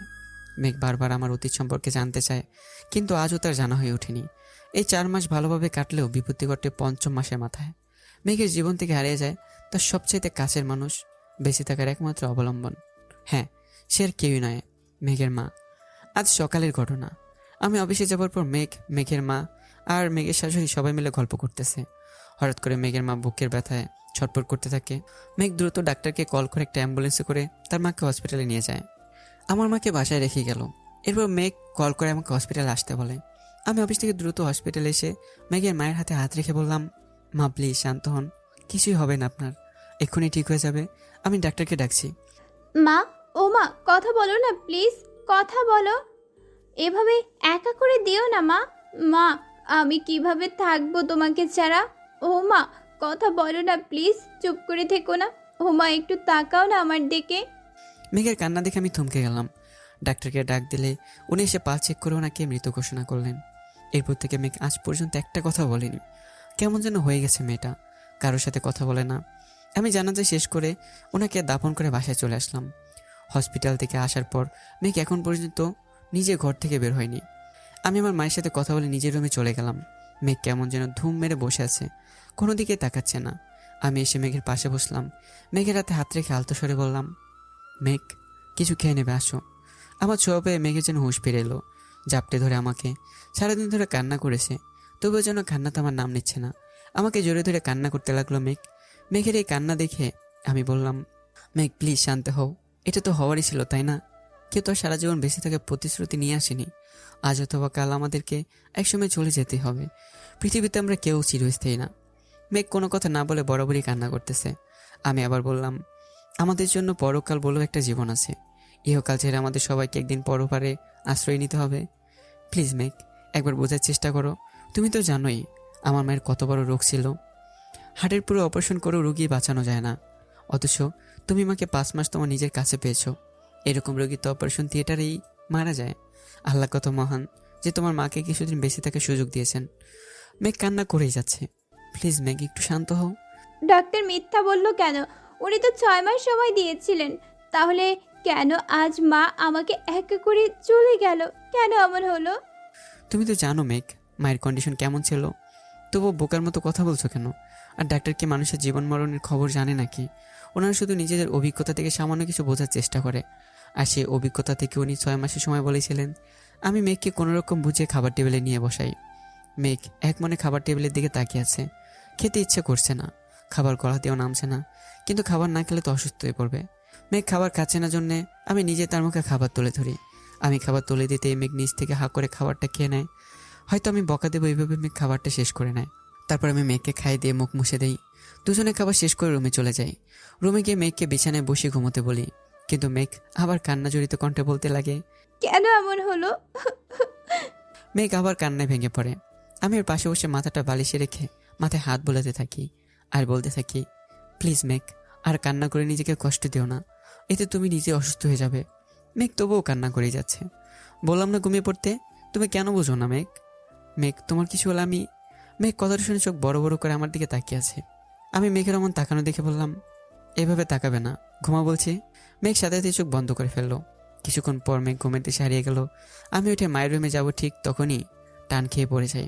আর ব্যালেন্স ঠিক রাখতে না পেরে মেঘের উপরে গিয়ে পড়লাম। এদিকে মেঘ ঘুমের দেশে হারিয়ে গেছে। মেঘের দিকে অপলক দৃষ্টিতে তাকিয়ে আছে। আজ যেন মেঘকে নতুন রূপে দেখছি। আমি মেঘের অনেকটা কাছে চলে যাই। মেঘের প্রতিটা শব্দ এসে আমার বুকে লাগছে। এক অদ্ভুত ভালো লাগা আমাকে ছুঁয়ে যাচ্ছে। হঠাৎ করে আমার চুক্তির কথা মনে পড়ে যায়, যার জন্য উঠতে গেলে আবার বিছানায় পড়ে যাই। আমি ভাবতেছি মেঘ তো ঘুমিয়ে পড়ল, তাহলে টান লাগলো কোথায়? তখন আমার চোখ পড়ে নিজের হাতে থাকা ঘড়ির দিকে। আমার হাতে ঘড়ি মেঘের শাড়ির আঁচলের সাথে আটকে গেছে। এই জন্যে আমি যখন উঠতে গিয়েছিলাম শাড়ির টান লেগে পড়ে যাই। ঘড়ি থেকে আঁচলটা সরিয়ে মেঘের থেকে দূরে সরে যাই আর মনে মনে বললাম, তোমাকে কষ্ট দিতে চাইনি মেঘ, কি করব বলো? আমি যে নিরুপায়। যদি আমাদের মাঝে চুক্তিটা না আসতো তাহলে এভাবে তোমাকে কষ্ট দিতাম না। জানি না তোমাকে সত্যিটা কখনো বলতে পারবো কিনা, শুধু এতটুকু বলতে পারি, এই চুক্তির মাধ্যমে তোমাকে 1 বছরের জন্য হলেও নিজের বউ হিসেবে পেয়েছি। এটাই আমার কাছে অনেক বড় পাওয়া। এই চুক্তিটা না থাকলে তুমি আজ আমার সাথে থাকতে না। 1 বছর মেঘ, মাত্র 1 বছর, কিন্তু 1 বছর আমার কাছে অনেক কিছু। কথাগুলো বলার সময় আমার 2 চোখ লাল বর্ণ ধারণ করেছিল। চোখের জল আড়াল করতে রুম থেকে বের হয়ে পাশের রুমের ব্যালকনিতে চলে যাই। এভাবেই কয়েকটা দিন চলে গেল। আমি মেঘকে অনেকটা সময় দেওয়ার চেষ্টা করি, যদি অফিসের কাজ সামলে খুব একটা সময় পাই না, তবুও চেষ্টার কোনো ত্রুটি রাখি না। সকালবেলা আমি নাস্তা করে অফিসে চলে যাই। মেঘ আর মা সবাই বসে গল্প করছে। এমন সময় মেঘের ফোনে একটা কল আসে। মেঘ মাকে বলে যে বাইরে একটা কাজ আছে, যেতে হবে। মা খুব ভালো মনের একজন মানুষ, উনি কোনো রকম বাধা দেয়নি। মেঘ মিলিকে খেয়াল রাখতে বলে বাসা থেকে বের হয়ে একটা ট্যাক্সি করে রেস্টুরেন্টে চলে গেল। রেস্টুরেন্টে গিয়ে দেখে আগে থেকে তার বান্ধবী অরিনের জন্য অপেক্ষা করছে। এরপর মেঘ চেয়ারে বসে আর কফি অর্ডার করে। এরপর মেঘ তানহাকে বলে, তানহা বল, কেন রেখেছিস? মেঘ, তুই কেমন আছিস? ভালো। স্যারের সাথে বিয়ে হওয়ার পর তো তোর সাথে আর যোগাযোগই হয়নি। আন্টি মারা গেলেন, তাও গিয়ে দেখতে পারলাম না। সরি রে। দূর, তুই সরি কেন বলছিস? সব আমার কপাল রে। সত্যি কি তুই ভালো আছিস? ভালো না থাকার কি আছে? এত বড়লোক মানুষের সাথে বিয়ে হয়েছে, ভালো না থেকে উপায় আছে? তোর কথাবার্তা এমন লাগছে কেন? মনে হয় তুই কিছু একটা আড়াল করতেছিস। ছাড় তো এসব কথা। এখন বল, তুই কেন ডেকেছিস আমায়? তুই কি কিছুই জানিস না? কোন ব্যাপারে? স্যার মানে তোর স্বামী, কেন, কি হয়েছে? অফিসে তোর পদে একজনকে জব দেওয়া হয়েছে। জানিস সে একজন মেয়ে? জানিস, তাহলে চুপ করে আছিস কেন? মানে? স্যার 3 মাসের জন্য রিধিকে নিয়ে আমেরিকা যাচ্ছে। তো কি হয়েছে? মেঘ, কি হয়েছে তোর? উনি তোর স্বামী, তুই ওনাকে আটকাবি না? কি দরকার এসব ডিল করার? আর 3 মাসের জন্য অন্য দেশে যাওয়ার? আর ওই মেয়েটাকেই বা কেন নিয়ে যাবেন? অফিসে অন্য স্টাফরাও তো আছে। অফিসের কাজে যাবে? তুই এত ভাবছিস কেন? মেঘ, তুই তো এত বোকা না। রিধি মেয়েটা সারাক্ষণ স্যারের মাথায় চড়ে বসে থাকে। স্যার যেখানে যাবেন ওই রিধি মেয়েটা সেখানে যাবে। তানহা, এতে এত ভাবার কি আছে? অফিসের কাজেই তো যাচ্ছে। মেঘ, বাচ্চাদের মতো বিহেভ করিস না। কেন বুঝেও না বোঝার ভান করছিস? তোর স্বামী তোকে না বলে অফিসের জন্য একটা মেয়েকে নিয়ে আমেরিকা যাবে, আর তুই একা একা থাকবি? তানহা প্লিজ, এসব কথা বাদ দে। আমার আর ভালো লাগছে না এসব কথা শুনতে। অন্য কিছু বল। ওহ সরি, একটা কথা বলবো মেঘ? কি কথা শুনি? তুই কি তামিমের কারণে স্যারকে দূরে সরিয়ে রাখছিস? তানহা, তামিমকে এর মাঝে টেনে আনছিস কেন? মেঘ, তুই যদি মনে করিস তামিমের জন্য স্যারকে অবহেলা করবি, তাহলে মনে রাখ তুই কিন্তু তোর জীবনের সবচেয়ে বড় ভুলটা করতে যাচ্ছিস। এই কথাটা শুনে মেঘ একটা দীর্ঘশ্বাস নেয়, তারপর বলতে থাকে, ভুল তো সেদিন করেছি, যেদিন আকাশ আহমেদের বউ হয়ে ওই বাড়িতে পা রেখেছি। মেঘ, তুই স্যারের জন্য আমাকে ধমক দিলি? সরি রে মেঘ। শোন, একটা কথা বলি, তুই কিন্তু ভালো করেই জানিস তামিম একটা প্রতারক। আর তুই তামিমের জন্য কেনই বা স্যারকে দূরে সরিয়ে রাখবি বল? তামিম প্রতারক না তানহা। ভালোবাসার মায়া জালে আটকা পড়েছিস তুই, তাই বুঝতে পারছিস না কোনটা ঠিক আর কোনটা বেঠিক। তবে হ্যাঁ, যখন বুঝতে পারবি তখন যেন খুব বেশি দেরি না হয় মেঘ। তামিমকে নিয়ে তোর মুখ থেকে আর একটা কথাও শুনতে চাই না। আর হ্যাঁ, উনি আমার স্বামী, ওনাকে নিয়ে আমি কি ভাববো না ভাববো সেটা আমি জানি। আর আমি এটাও জানি আমাকে কি করতে হবে। আর তো মাত্র 3 মাস, তারপর সব কিছু শেষ হয়ে যাবে। মানে কি সব উল্টাপাল্টা বলছিস? Just wait and see. এই বলে মেঘ উঠে দাঁড়ালো পা বাড়ায় চলে যাওয়ার জন্য। পেছন থেকে তানহা শুধু একটা কথাই বলল, অতীতে যেই ভুলটা করেছিলি সেই ভুলটা আর করিস না মেঘ, সব হারাবি তুই। তানহার কথা শুনে মেঘ অবাক হয়ে পিছনে তাকায়, তারপর বলতে থাকে, হারানোর মতো কিছু নেই, যা ছিল অনেক আগেই হারিয়েছি, নতুন করে কিছু হারাবার নাই আমার। আর হ্যাঁ, অতীতে আমি কোনো ভুল করিনি। এই কথা বলে মেঘ সামনের দিকে হাঁটতে শুরু করে। তারপর বাসায় চলে আসে। বাসায় এসে বারবার তানহার কথাগুলো মনে পড়তে থাকে। ভুলে যেতে চাইলেও কানে বাজতে থাকে একটা কথাই, অতীতের ভুলটা করিস না মেঘ। মেঘ রুমে এসে কান্নায় ভেঙে পড়ে আর নিজে নিজে বলতে থাকে, আমি তো কোনো ভুল করিনি, তাহলে কেন আমাকে এত কষ্ট পেতে হচ্ছে? কেন আমার সাথে এমনটা হচ্ছে? কেন কেন কেন? সব কিছু ভুলে গিয়ে তো ভালোই ছিলাম আমি। তাহলে কেন স্যার চুক্তিটা মাঝখানে নিয়ে এলো? কেন এই চুক্তি দিয়ে আমার মনে তামিমের দেওয়া আঘাতগুলো ফিরিয়ে দিল? কেন কেন কেন? মেঘের কান্না যেন থামছে না। রাতে আমি বাসায় এসে ব্যাগ গুছিয়ে নিতে শুরু করলাম। মেঘ খাবার খেতে ডাকতে এসে দেখে আমি ব্যাগ গুছোচ্ছি। ব্যাগ গোছাতে থেকে মেঘ বলে উঠল, আমি হেল্প করব। না, আমি নিজেই করে নেব। আচ্ছা ঠিক আছে, মা অপেক্ষা করছে খাবার টেবিলে। তুমি যাও, আমি আসছি। মেঘ চলে যাওয়ার জন্য পা বাড়ালো, ঠিক তখনই আমি ডাকলাম, মেঘ শোনো। জি বলেন। কোথায় যাচ্ছি, ব্যাগ কেন গুছাচ্ছি জিজ্ঞেস করবে না? কারো পার্সোনাল ব্যাপারে কোনো কিছু জানার তেমন ইচ্ছে বা আগ্রহ আমার নেই। কিন্তু তুমি তো আমার। আমি তো আপনার চুক্তির বউ, তাই আমার মনে হয় না কোনো কিছু জানার অধিকার আমি রাখি। 1 বছর তো চলেই যাচ্ছে, হাতে গোনা আর 3 মাস 15 দিন, তারপর আপনার এই এগ্রিমেন্ট থেকে মুক্ত। মেঘ কথাটা বলে চলে গেল। আমার মনেই ছিল না আর মাত্র 3 মাস 15 দিন আমার হাতে। তার মাঝেই 3 মাস আমি আমেরিকাতেই থাকবো। ইচ্ছে করছে ডিলটা ক্যান্সেল করে দিতে, কিন্তু সেই চান্স এখন আর নেই। আগে সব ফাইনাল হয়ে গেছে। আমি বসে বসে সব ভাবতেছি, হঠাৎ করে রিদির কল আসলো। আমি ফোনটা রিসিভ করলাম। হ্যাঁ রিদি, বলো। স্যার, আপনি ঠিক আছেন তো? হ্যাঁ আমি ঠিক আছি, কী জন্য কল দিয়েছো সেটা বলো। স্যার, আমরা কালকে সকালে এয়ারপোর্ট যাচ্ছি, আপনি আমাকে কষ্ট করে পিক করতে পারবেন? তুমি নিজে এয়ারপোর্টে চলে এসো, আমি তোমার জন্য অপেক্ষা করব। একই জায়গায় যখন যাচ্ছি তখন একসাথে গেলে বা কী দোষ? ওকে ফাইনাল, একসাথে যাব। এই কথা বলে আমি ফোনটা কেটে দিলাম। আর আমি রাগে গজগজ করতে লাগলাম। কী জন্য যে ওকে জব দিতে গেলাম, এখন হাড়ে হাড়ে টের পাচ্ছি। এই মেয়ে সারাক্ষণ মাথার কাছে ষাঁড় পোকার মতো ঘুরে বেড়ায়। খেয়ে দেওয়ার কোনো কাজ নেই নাকি? হাত থেকে মোবাইলটা বিছানায় ছুঁড়ে মেরে নিচে চলে যায় খাবার খেতে। খাবার টেবিলে বসে আমার মামনিকে বললাম, মামনি, কালকে সকালের ফ্লাইটে আমেরিকা যেতে হচ্ছে 3 মাসের জন্য। একটা ডিল ফাইনাল করতে যাচ্ছি, তুমি একটু সাবধানে থেকো। 3 মাস অনেকটা লম্বা সময় হয়ে গেল না? কিছু করার নেই মামনি, সাইন করে ফেলেছি, যেতেই হবে। এক কাজ কর, বৌমাকে নিয়ে যা সাথে। বিয়ের পর তো ওকে কোথাও নিয়ে যাওয়া হয়নি, সারাদিন বাসায় একা একা থাকে। না মা, আমি এখানেই ভালো আছি।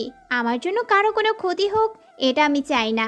আর আমি চলে গেলে আপনার দেখাশোনা করবে কে শুনি? সে কি রে মা, তাই বলে তুই যাবি না? না মা, আমি যাব না। কারো যাওয়া লাগবে না, হৃদে আছে আমার সাথে, আমি সব সামলে নেব। খুব জোরে কথাটা বলে আমি খাবার না খেয়ে টেবিল থেকে উঠে চলে গেলাম। আমার মা পিছন থেকে ডাকলেও তার ডাকে কোনো সাড়া দিলাম না। মেঘ খুব সকালে ঘুম থেকে উঠলো, তারপর নাস্তা বানাতে চলে গেল, কারণ আজ আমি চলে যাব তাই। সকাল 8টার দিকে আমি আমার মায়ের কাছ থেকে বিদায় নিয়ে বের হব, তখনই পিছনে একবার তাকাই। মেঘ বেলকনিতে দাঁড়িয়ে আছে। আমি মেঘকে ডাক দিব ভেবে থেমে যাই, তারপর কিছু না বলেই বের হয়ে যাই। আমি ভাবছি হয়তো মেঘের মনে আমার জন্য বিন্দুমাত্র অনুভূতি জন্ম হয়নি, তাই মেঘ দূরে দূরে থাকছে। অন্যদিকে মেঘ ওখানে দাঁড়িয়ে আছে। আমি যখন আবার গাড়িতে উঠছিলাম তখন আবার উপরে তাকাই। আমাকে নিচে দেখে ঘোর কাটে আর বলতে থাকে, এ কি, উনি তো চলে যাচ্ছে, আমাকে একবারের জন্যেও ডাকলেন না কেন? এরপর আমি গাড়িতে উঠে পড়লাম আর গাড়িটা আপন মনে এয়ারপোর্টের উদ্দেশ্যে চলতে থাকে। এদিকে মেঘের মন ঘরে টিকছে না, বারবার মাথায় শুধু তানহার কথাগুলো বাজছে। তানহার কথার মাঝে কেমন যেন রহস্যের ছাপ ছিল। মেঘ সেটা বুঝতে পারছে ঠিকই, কিন্তু কী লুকোচ্ছে তানহা সেটা বুঝতে পারছে না। আর এদিকে আমি আমেরিকা পৌঁছে মাকে জানিয়ে দিলাম। মেঘ আমার এমন আচরণ একটু হলেও কষ্ট পেলেও পরক্ষণে মনে পড়ে মেঘ তো আমার শক্তির বউ, তাহলে কেনই বা তার কাছে কল করব। এসব ভাবতে ভাবতে মেঘের মনটা খারাপ হয়ে যায়। মেঘ আমাকে নিয়ে ভাবতে গেলে মনে পড়ে তার তো মাত্র আর কয়েকটা দিন, তারপরে তো সব শেষ। কি দরকার এসব? কেনই বা মায়ের বাঁধনে জড়াবে? কিছুদিন পর তো আলাদা হয়ে যাবে, তাহলে আর এত ভাববে কেন? এদিকে আমি চলে যাওয়ার সপ্তাহখানেক পর মেঘ আর আমার মা বসে বেশ ভালোই আড্ডা দিচ্ছেন। হঠাৎ করে কলিং বেলের আওয়াজ পেল। দরজা খুলে মেঘ দরজার দিকে এগিয়ে গেল আর ভাবতে থাকে এ সময় কি আসতে পারে। কারো তো আসার কথা না, তাহলে কে এলো এই সন্ধ্যাবেলায়? মেঘ দরজাটা খুলে সামনের দিকে তাকাতেই তানহাকে দেখে একটা মুচকি হাসি দিল। তারপর ওকে ভিতরে নিয়ে বসালো আর বলতে লাগলো, আজ হঠাৎ কি মনে করে? কেন, আমি কি আসতে পারি না? এই কথা এত পেঁচাচ্ছিস কেন? দেখেন না আন্টি, আপনার বৌমা কত শয়তান। বিয়ের পর তো নিজের বেস্ট ফ্রেন্ডকে ভুলেই গেছে। একবার খোঁজ খবর নিয়েও দেখেনি বেঁচে আছি নাকি মরে গেছি। আর এখন আমি দেখতে আসছি, তাও বলল আজ হঠাৎ করে কি মনে করে। হ্যাঁ তাই তো। বৌমা, তুমি ওর খোঁজ খবর নাওনি, এটা কি সত্যি? ওর কথা বিশ্বাস করবেন না তোমা। গত সপ্তাহে আমরা দেখা করলাম আর শাকচুনিটা সেটা চেপে যাচ্ছে। বেশি বকবক করিস না, আমার জন্য চা নিয়ে আয়।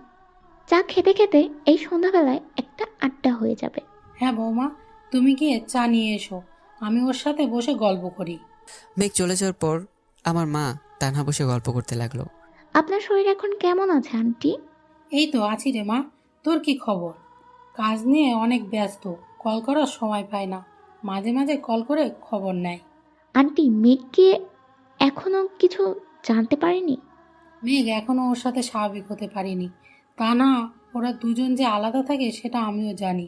আমি মেঘাকে বলেছিলাম আকাশের কাছ থেকে সবটা জেনে নিতে, কিন্তু মেয়েটা কেন জানি এক পা সামনে এগিয়ে দু পা পিছিয়ে পড়ে।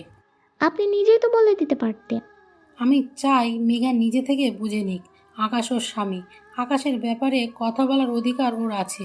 কিন্তু কেন জানি মেয়েটা স্বাভাবিক হতে পারছে না, সেটাই মাথায় ঢুকছে না। সেদিন আমি ওকে অনেক বুঝিয়েছি, কিন্তু কোনো কাজ হয়নি। ইচ্ছে করলে মেঘ স্যারকে আমেরিকা যাওয়া থেকে আটকাতে পারতো। আমাকে রেখে কি কথা হচ্ছে শুনি? আর কথা হলো কই, চাইলাম একটু আন্টির সাথে সুখ দুঃখের কথা ভাগাভাগি করতাম, তার মাঝে তুই এসে জল ঢেলে দিলি। গরম চা ঢেলে দিব বলে দিলাম, কিন্তু তুই মায়ের সাথে কথা বলবি, আমি জল ঢালবো কেন? আমি তোকে মানা করছি তুই মায়ের সাথে আড্ডা দিস না। এক নাম্বার শয়তান মেয়ে। থামবি তোরা? কোথায় বান্ধবীকে নিয়ে গল্প করবি তা না ঝগড়া করে যাচ্ছিস? মেঘ একটু হেসে তানহার পাশে বসে তিনজন মিলে অনেকটা সময় কাটায়। তারপর রাতের খাবার খেয়ে তানহা চলে যায়। মেঘ অনেক জোর করলো তানহাকে রাখার জন্য, কিন্তু তানহা কাজের অজুহাত দেখিয়ে চলে গেল। দেখতে দেখতে দীর্ঘ 2টা মাস কেটে গেছে। 2 মাস পর আজ আমি দেশে ফিরছি। মনের ভিতরে অজানা প্রশ্ন, মেঘ আমাকে দেখে কিভাবে রিয়েক্ট করবে। আমি আমেরিকা 3 মাসের জন্য গেলেও মেঘকে এতটা মিস করেছিলাম যে 3 মাসের কাজ 15 দিন আগেই কমপ্লিট করে দেশে ফিরছি। মেঘকে চমকে দেব বলে বাসায় কাউকে জানাইনি। এদিকে আমি ভাবছি মেঘকে সারপ্রাইজ দেব, অন্যদিকে আমি নিজেও জানি না আমার জন্য অনেক বড় সারপ্রাইজ অপেক্ষা করছে। আমি বাসায় আসার জন্য এয়ারপোর্ট থেকে সোজা বাসায় আসার জন্য গাড়ি রিজার্ভ করি। আমি ইচ্ছে করলে এই বাসা থেকে ড্রাইভারকে ফোন দিয়ে গাড়িটা আনিয়ে নিতে পারতাম, কিন্তু এতে তো সারপ্রাইজটা দেওয়া হবে না। আমি বাসায় এসে কলিং বেল চাপ দিই। মেঘ তখন রান্না করছিল। মেঘ বিড়বিড় করেই দরজাটা খুলে অবাক হয়ে গেল। আমি আসবো তাও এইভাবে ভাবনার বাইরে ছিল তার। অনেকক্ষণ ধরে মেঘ আমার দিকে অবাক দৃষ্টিতে তাকিয়ে আছে। আমার ডাকে তার ঘোর কাটে। কী ব্যাপার, ভেতরে যেতে দেবে নাকি এখানে দাঁড় করিয়ে রাখবে? এমনিতে জার্নি করে ক্লান্ত হয়ে গেছি। মেঘের চোখের সামনে আঙ্গুল দিয়ে তুড়ি বাজাই। এরপর মেঘ বলে, আপনি আজ কেন খুশি হওনি? তোমাকে দেখতে খুব ইচ্ছে করছিল, তাই চলে এলাম। কি বললেন? বললাম যে কাল রাতের ডিলটা ফাইনাল হয়ে গেছে, তাই চলে আসলাম। ওখানে যে কাজের জন্য যাওয়া সেই কাজই শেষ, তাহলে বসে থেকে কি করব বলো? মেঘ অবাক হয়ে আমার ব্যবহার দেখছে। এর আগে আমি যতবার মেঘের সাথে কথা বলেছি সবসময় রাগি রাগি ভাব নিয়ে থাকতাম, আর আজ কি এমন হলো যে এমন বিহেভ করছি? মেঘ এসব ভাবছে। তখন আমি বললাম, কি হলো, ভাবনাতে থাকবে নাকি দরজা থেকে সরে দাঁড়াবে? ও হ্যাঁ, আসুন। এরপর আমি ভিতরে ঢুকতে ঢুকতে বললাম, মামনি কোথায়? ওনার রুমে। আচ্ছা। আমার মায়ের রুমের সামনে গিয়ে দরজায় টোকা দেই আর বলতে থাকি, মামনি দরজা খোলো, আমি আকাশ। একটু পর দরজা খোলার আওয়াজ। আমি ভিতরে যাব তখনই চোখ যায় আমার মায়ের দিকে। তারপর চোখ থেকে অবিরাম জল গড়িয়ে পড়ছে আমার। নিজের চোখে বিশ্বাস করতেই পারছি না যে এটা আমার মা। এক ছুটে মাকে জড়ি ধরে কান্নায় ভেঙে পড়ি। আমার এমন কান্না দেখে আমার মা বলে উঠল, পাগল ছেলে, কান্না করছিস কেন? মামনি এটা কিভাবে সম্ভব হলো? আমি কান্না করতে করতে মায়ের পায়ের দিকে ইশারা করি। আমার কান্নার কারণ হচ্ছে আমি আমার মাকে 3 বছর পর দাঁড়িয়ে থাকতে দেখছি। মাকে এই অবস্থায় দেখে যে আমি কতটা খুশি হয়েছি তা বলে বোঝানো যাবে না। এরপর আমি আমার মাকে বললাম, মামনি তুমি ভালো হয়ে গেছো। ইয়াহু, আমার মামনি আবার হাঁটাচলা করবে। আমি আমার মাকে ধরে চারদিকে ঘুরছি আর চিৎকার করে কথাটা বলছি। এরপর মা বলল, আকাশ, পড়ে যাব, থাম এবার। মামনি তোমার পা ঠিক হলো কবে? এটার জন্য ক্রেডিট মেঘার। মেঘ কিভাবে তোমার পা? সেটা পরে বলছি, আগে রুমে গিয়ে ফ্রেশ হয়ে আয়, খাবার খেয়ে নে। ওকে, আমি এক্ষুনি আসছি। আমি রুমে গিয়ে ফ্রেশ হয়ে ওয়াশরুম থেকে বেরিয়ে এলাম। এর মাঝেই মেঘ আমার জন্য শরবতের গ্লাস নিয়ে আসলো। এসে শরবতের গ্লাস রাখলো। যেই চলে যাবে ঠিক তখনই আমি মেঘকে উদ্দেশ্য করে বললাম, থ্যাংক ইউ মেঘ। কিসের জন্য? মামুনিকে সুস্থ করে তোলার জন্য। ওহ, মাকে সুস্থ করার জন্য থ্যাঙ্কস দিয়ে ছোট করতে চাই না। আসলে ঠিক সেটা নয় মেঘ। আমার বোঝা হয়ে গেছে, মেয়ে মাকে সুস্থ করার জন্য মায়ের সেবা করেছে, আর আপনি সেটাকে অন্যভাবে নিলেন। মেঘ, এটা আমি কখন বললাম? আমি শুধু বলতে চেয়েছি, হাজার চেষ্টা করে আমি মামুনিকে সুস্থ করতে পারিনি, আর তুমি মামুনিকে 3 মাসের মধ্যে সুস্থ করে তুললে। আর বোঝাতে হবে না, শরবত খেয়ে নিচে আসুন, খাবার ঠান্ডা হয়ে যাচ্ছে। ট্রাস্ট মি মেঘ, আমি ওভাবে বলিনি। মেঘ আর কিছু না বলে নিচে চলে গেল। কিছুক্ষণ পর আমি খাবার খেতে চলে যাই। খাবার টেবিলে বসলে আমার মা নিচ থেকে বলতে থাকে, তুই চলে যাওয়ার পরে বৌমা আমার জন্য অনেক কষ্ট করেছে, দিনের পর দিন আমার সেবা করেছে, প্রতিদিন 2বার করে পায়ে মালিশ করত, টাইম টু টাইম ওষুধ খাইয়ে দিত, মাঝে মাঝে ঘুম পাড়িয়ে দিত, প্রতিদিন ভোর 5টা আর সন্ধ্যার আগে 2বার করে পার্কে নিয়ে যেত, হাতে হাত ধরে হাঁটতে শেখাতো। একটা সময় পায়ের টানগুলোও হালকা কমতে থাকে, ডাক্তারের ট্রিটমেন্টও সাথে ছিল। এইভাবে ধীরে ধীরে পায়ের ফোলাগুলোও কমতে থাকে। একদিন তো হুইল চেয়ার থেকে পড়েই গিয়েছিলাম। মেঘা যখন আমাকে তুলতে যাবে তার আগেই আমি নিজে নিজেই ওঠার চেষ্টা করি। এরপর থেকে একটু একটু করে হাঁটতাম। আর দেখ, এখন সম্পূর্ণ সুস্থ। সবই আমার ওই মায়ের জন্য। মেঘকে উদ্দেশ্য করে কথাটা বলল। মেঘ এতক্ষণ পাশে দাঁড়িয়েছিল। আমি মেঘের দিকে একবার তাকাই, আবার মায়ের দিকে তাকাই। আমার তাকানো দেখে মেঘ মাথা নিচু করে ফেলে। এরপর আমার মা বলতে থাকে, মেঘা না থাকলে আমি আজ হাঁটতেই পারতাম না। মা, কিসব ফালতু কথা বলছেন? আপনার হাঁটার পিছনে আপনার মনের জোরটাই ছিল সবচেয়ে বড় শক্তি। আমি তো শুধু আপনার লাঠি হিসেবে কাজ করেছি। আপনার মনে আবারও স্বাভাবিক হওয়ার ইচ্ছে শক্তি ছিল, তাই আপনি শতবার পড়ে যাওয়ার পরেও হার মানেননি। তার ফল হিসেবে আজ আপনি হাঁটাচলা করতে পারছেন। তোর সাথে কথা পারবো না, এখানে এসে বস, আমি তোকে নিজ হাতে খাইয়ে দেবো। আপনি খেয়ে নিন, আমি পরে খাবো। মায়ের কথা অমান্য করে আয় এখানে। সরি মা, আর এমনটা হবে না। এরপর মেঘ মায়ের চেয়ারের পাশে বসলো। মিলিয়ে সে কী লাগবে না লাগবে দেখে গেল। আমার মা ভাত মেখে মেঘের মুখের সামনে তুলে ধরলেন। মেঘ এমনভাবে তাকিয়ে আছে যেন বিশ্বাসই করতে পারছে না। আজ অনেকদিন পর মেঘ তার মায়ের হাতে খাবার খাবে। সেই খুশিতে মেঘের চোখের কোণে অশ্রু ধরা দিল। মেঘের চোখে পানি দেখে মামনি জিজ্ঞাসা করলো, কি রে মা, কান্না করছিস কেন? মায়ের কথা শুনে আমি চোখ তুলে তাকিয়ে দেখলাম মেঘ সত্যি কান্না করছে। আমি বুঝতে পারলাম না হঠাৎ করে কেন কান্না করছে। আমি বুঝতে পারলাম না মেঘের কান্নার রহস্য কি। মেঘ কান্না করেই যাচ্ছে, থামার কোনো নিশানা নেই। মেঘের এসব কান্না দেখে মামনি বলল, পাগল মেয়ে, এভাবে কেউ কান্না করে? মা, অনেকদিন পর শাশুড়ি মায়ের হাতে খাবার খাচ্ছে, যেন মনে হচ্ছে খুব আদর করে মেঘের মা মেঘকে খাইয়ে দিচ্ছে। মেঘের কান্না থামছে না। মামনি এবার মেঘের চোখের পানি মুছে দিয়ে বলল, ভাতের প্লেটে চোখের জল ফেলতে নেই রে মা, নে হাঁকার, কান্না করিস না। এরপর খাওয়া দাওয়া শেষ করলো। আমিও আমার মা বসে বসে গল্প করছি। হুট করে মা বলে উঠল, আকাশ, কালকের তারিখটা তোর মনে আছে? কালকের তারিখ? আমি একটু ভাবনায় পড়ে যাই, কালকে কি সেটা নিয়ে। কিছুক্ষণ পরে যখন মনে পড়লো কালকে কি, তখন আমি আমার মায়ের দিকে এক পলক তাকাই। মুহূর্তেই ভয়ানক দিনটার কথা মনে পড়ে যায়। সাথে সাথে আমি আমার মায়ের পাশ থেকে উঠে সোজা ছাদে চলে গেলাম। আর এক মুহূর্ত মায়ের পাশে থাকলে নিজেকে সামলানো অনেক বেশি কষ্ট হয়ে যাবে, আর আমার মাও পারবে না নিজেকে সামলাতে। আমি চলে যাওয়ার সাথে সাথেই মেঘ আমার মার কাছে গিয়ে বসে আর জিজ্ঞাসা করে, মা, কালকে কি আছে? আর উনি এভাবে চলে গেলেন কেন? আমার মা কান্না করছে আর কোনো কথা বলছে না। আমার মাকে কান্না করতে দেখে মেঘ বলল, মা, কি হয়েছে? কান্না করছেন কেন? জানতে চাস কালকের দিনে কি হয়েছিল? কি হয়েছে? কালকে আকাশের বাবার মৃত্যুবার্ষিকী। কত বছর হয়েছে? ও মা, বাবা মারা গেছেন কিভাবে? ওনার কি কোনো রোগ ছিল? না রে মা, একটা অ্যাক্সিডেন্টে সব শেষ করে দিল। ওই অ্যাক্সিডেন্টের পর থেকেই আমি হাঁটাচলা করতে পারতাম না। আর আকাশও ওই দিনের পর থেকে নিজেকে প্রতি মুহূর্তে অপরাধী ভাবছে। অ্যাক্সিডেন্টে উনি নিজেকে অপরাধী কেন ভাববে? এটা হয়তো আল্লাহর ইচ্ছে। কেন উনি নিজেকে কষ্ট দিচ্ছেন? কালকের দিন থেকে উনি হাসবে। ওনাকে যে আগের মতো হতেই হবে। তুই পারবি তো মা? আমাকে পারতেই হবে মা। আমি একটু বাইরে যাব, আমার একটু কাজ আছে। চিন্তা করবেন না, সন্ধ্যা হওয়ার আগেই আমি চলে আসব। ঠিক আছে মা, তবে যেখানে যাবি সাবধানে, কেমন? এরপর মেঘ নিজের পার্স আর কিছু টাকা নিয়ে বের হয়ে গেল। বিকেল করে সন্ধ্যা কিছু সময় আগে মেঘ বাসায় ফিরে আসে। রুমে গিয়ে দেখে আমি রুমে নেই, তাই মিলিকে জিজ্ঞাসা করে, মিলি, তোর ভাইজানকে দেখেছিস? ভাইজান তো সেই দুপুরের পর থেকে ছাদে, এখনো নিচে আসেনি। ও আচ্ছা, ঠিক আছে। মেঘ দ্রুত করে ছাদে চলে গেল। ছাদে এসে দেখলো আমি দাঁড়িয়েছি আকাশের দিকে তাকিয়ে। মেঘ অনেকক্ষণ ধরে আমার পাশে দাঁড়িয়েছিল, কিন্তু আমার এক মুহূর্তের জন্য অনুভব হয়নি আমার পাশে কেউ দাঁড়িয়ে আছে। এরপর মেঘ নিচ থেকে আমার ঘাড়ে হাত দিয়ে বলতে শুরু করে। এখানে দাঁড়িয়ে থাকবেন? আমি পিছনে ফিরে মেঘকে দেখে জোরে ধরে কান্না শুরু করে দিই। পাগলের মতো কান্না কষিয়ে বলছি, বিশ্বাস করো মেঘ, আমি বাবিকে মারিনি। কিভাবে যেন অ্যাক্সিডেন্ট হয়ে গেল। আমার জন্য আমার মামনি 3টা বছর নিজের পায়ে হাঁটতে পারেনি। আমার জন্য মামনির গায়ে সাদা শাড়ি জড়াতে হলো। আমি অনেক চেষ্টা করেছি বাবিকে বাঁচানোর, কিন্তু পারিনি আমি। প্লিজ একটু শান্ত হন। জানো, বাপি মারা যাওয়ার কিছুদিন পর জানতে পারলাম কেউ একজন আমাকে মেরে ফেলার জন্য গাড়ির ব্রেক ফেল করিয়ে রাখে। আর বাপি সেটা জেনে যায়। আমাকে বাঁচাতে গিয়ে সেদিন বাপি নিজেকে শেষ করে দিল। বাপির মৃত্যুর জন্য আমি দায়ী মেঘ, আমি দায়ী। প্লিজ আপনি একটু শান্ত হন। আপনি নিজেকে কেন দোষী ভাবছেন?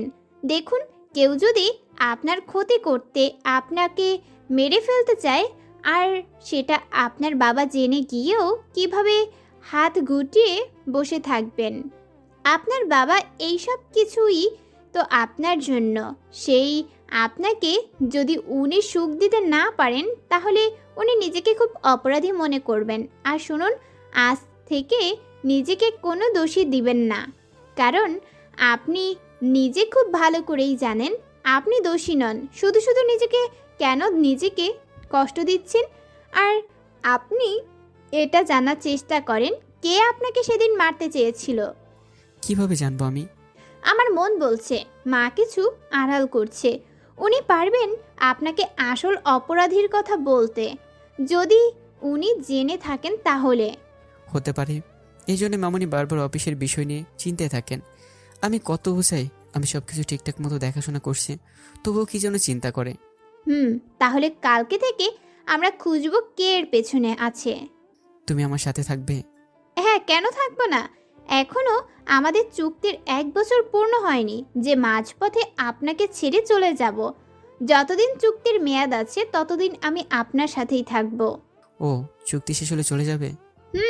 যেতে তো আমাকে হবেই, কারণ এই চুক্তিটা যে শুধু মাত্র 1 বছরের জন্য ছিল।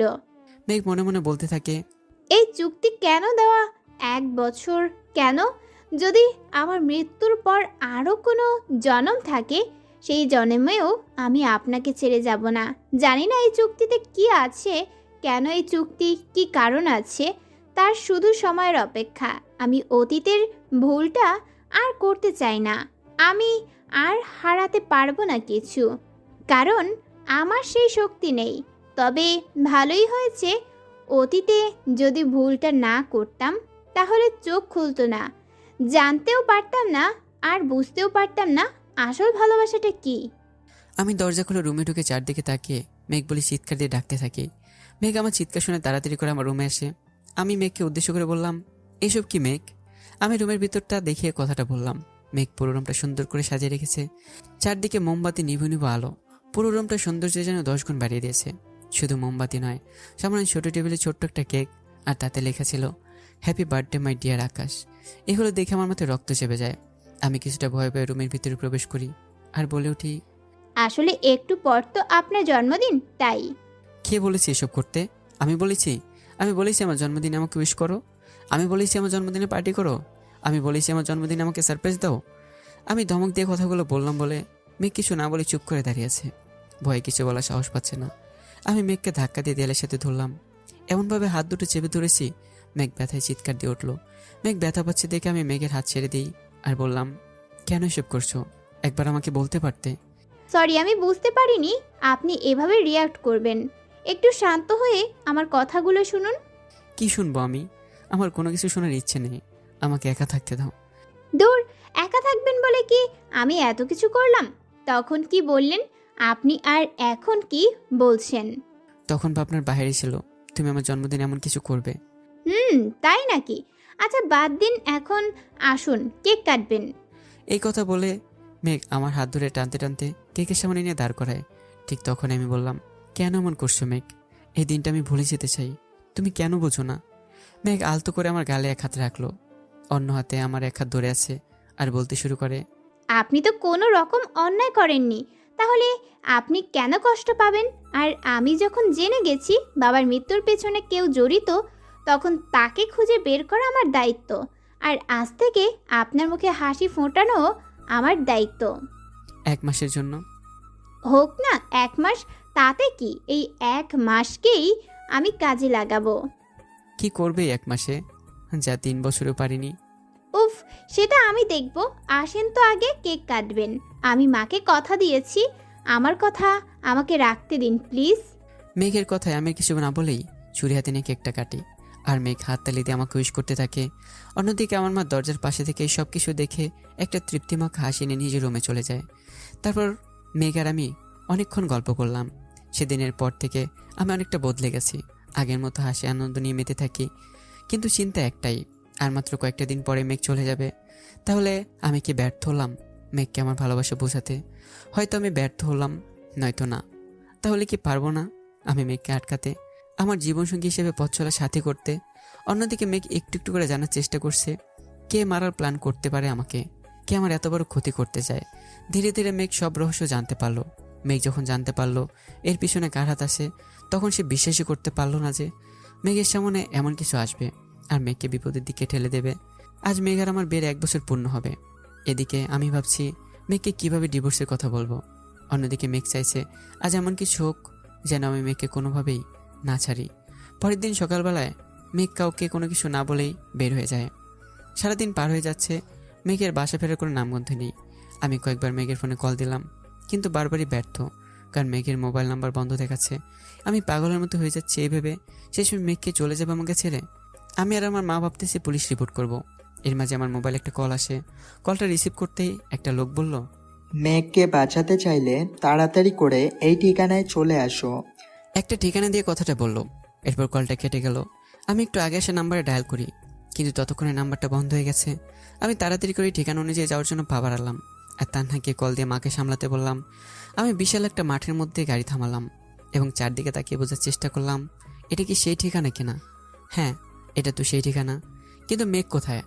আমি চারদিকে খুঁজতে শুরু করলাম। হঠাৎ করে কে একজন পিছন থেকে আমার চোখ দুটো বেঁধে ফেলে আর জোর করে গাড়িতে তুলে নিয়ে যায়। একজন আমার মাথায় রিভলভার ধরে রাখছে, অন্য একজন শক্ত করে চেপে ধরেছে আর বারবার আমাকে নড়াচড়া করতে বারণ করছে। কিছু সময় পরে একটা নির্জন জায়গায় গাড়ি থামে। তারপর আমার মাথায় রিভলভারটা ঠেকে সামনের দিকে এগিয়ে যেতে বলে। যদি আমার চোখ বাঁধা, তারপরেও আমাকে জোর করে নিয়ে যাচ্ছে। এরপর আমাকে একটা ঘরে নিয়ে আমার হাত পা বেঁধে ফেলে। তারপর আমার চোখের বাঁধন খুলে দিলে তাকে দেখি একইভাবে মেঘকেও বেঁধে রাখা হয়েছে। আমি মেঘকে দেখে ওদেরকে বারবার বলতে লাগলাম মেঘকে ছেড়ে দেওয়ার জন্য। আমি হাত পায়ের বাঁধন খোলার চেষ্টা করি, কিন্তু ব্যর্থ। এরপর আমি তাদেরকে বললাম, মেঘকে এখানে কেন বেঁধে রেখেছেন? কারা আপনারা? কেন এমন করছেন? কি চাই আপনাদের? কেউ কোনো কথা বলছে না। এরপর আমি মেঘকে বলতে শুরু করলাম, মেঘ, তুমি কোনো চিন্তা করো না, ওরা তোমার কোনো ক্ষতি করতে পারবে না। ওরা আমার ক্ষতি করবে না, ওরা আপনার ক্ষতি করতে চায়। আপনি কেন ওদের ফাঁদে পা দিলেন? আমার ক্ষতি কে করবে? 3 বছর আগে আপনাকে যে লোকটা মেরে ফেলার জন্য গাড়ির ব্রেক ফেল করে রাখে, তারই রক্ত। মানে কি বলছো তুমি? সে কে যে আমাকে মেরে ফেলতে চায়? কথাটা বলার সাথে সাথে একটা আওয়াজ আসে। ঠিক তখন আমি চুপ হয়ে যাই ভালো করে বোঝার জন্য। দুজনই চুপ করে থাকি। এরপর আওয়াজটা আরও স্পষ্ট হয়। একটু একটু করে একটা লোক এসে আমার সামনে দাঁড়ায়, মুখে কালো মুখোশ পরা। লোকটাকে দেখে আমি বললাম, কে আপনি? আমি আপনার কি ক্ষতি করেছি যার জন্য আমাকে মেরে ফেলতে চাইছেন, আবার মেঘকে ওইভাবে শাস্তি দিচ্ছেন? এরপর লোকটা নিজের মুখ থেকে মুখোশটা খুলে নিচে ফেলে দিল। তারপর মাথাটা নিচু করে ধীরে ধীরে উপরে তুলতে লাগলো। তারপর বলল, দেখো তো আকাশ, আমাকে চিনতে পারো কিনা? তামিম, তুই? আমি তোমার একমাত্র শত্রু।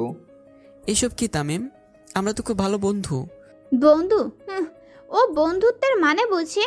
ওর কাছে তো ইম্পর্ট্যান্ট টাকা পয়সা, ব্যাংক ব্যালেন্স আর আপনার সম্পত্তি। মানে কি বলছো মেঘ? হ্যাঁ আকাশ, তোমার বউ। ধুর, কিসের বউ? মেঘ তো তোমার এগ্রিমেন্টের বউ। যাই হোক, ও ঠিক বলেছে, আমি তোমার সম্পত্তি চাই। তামিম, তোমাকে এর আগে আমি অনেক টাকা দিয়েছি, সেটা কি ভুলে গেছো? না না আকাশ, তোমার এত বড় উপকারের কথা আমি ভুলবো কি করে? তুমি টাকা না দিলে এতদিন মেঘকে উপরে পাঠিয়ে দিতাম। তাহলে কেন আমাকে আর মেঘকে এভাবে বেঁধে রেখেছো? এটা তো হওয়ার কথা ছিল না। রাইট, এটা হওয়ার কথা ছিল না। কেন এটা হলো? এটাই তো জানতে চাও, তাই না? কি কারণ এমন অমানুষের মতো কাজ করলে তুমি? তাহলে শোনো, আজ থেকে ৫ বছর আগের কাহিনী।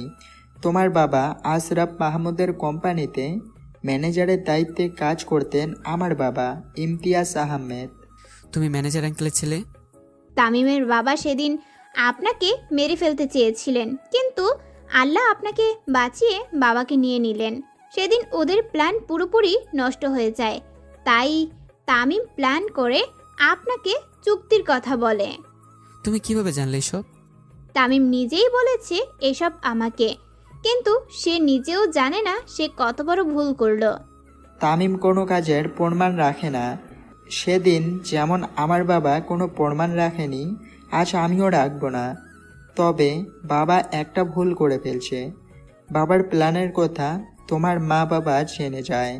এই একটা জায়গায় বাবা ভুল করলেও আর সব কিছু ঠিকভাবে করেছে। আর আজ বাবার ফেলে রাখা কাজটা আমি শেষ করব। তুমি শত চেষ্টা করেও কিছুই করতে পারবে না। মা সব জানিয়েছেন আমাকে, আর আমি তো তোমাদের চুক্তির কথা জেনেই গেলাম। তাহলে এখন নতুন করে কি প্ল্যান করবে তুমি? জেনে গেছো, ভালোই হয়েছে। এবার তোমার মতামত জানিয়ে দাও, তাহলে সব ঝামেলা শেষ হয়ে যাবে, তাই না আকাশ? আমি কি বলবো ভেবে পাচ্ছি না। তামিম এমনভাবে প্রতারণা করবে আমার কল্পনার বাইরে ছিল। কিন্তু এখন তো সব মেঘের হাতে। আজ মেঘের একটা সিদ্ধান্ত সব বদলে দিতে পারে। অন্যদিকে তানহা আমার মাকে সান্ত্বনা দিয়েই যাচ্ছে। আমার মা কান্নায় ভেঙে পড়েন। তাহলে কি এবার আমার বাবার মতো আমাকেও হারিয়ে ফেলবে? এমন হাজারো প্রশ্ন বিরাজমান করছে আমার মায়ের মনে। শেষ পর্যন্ত কি হবে?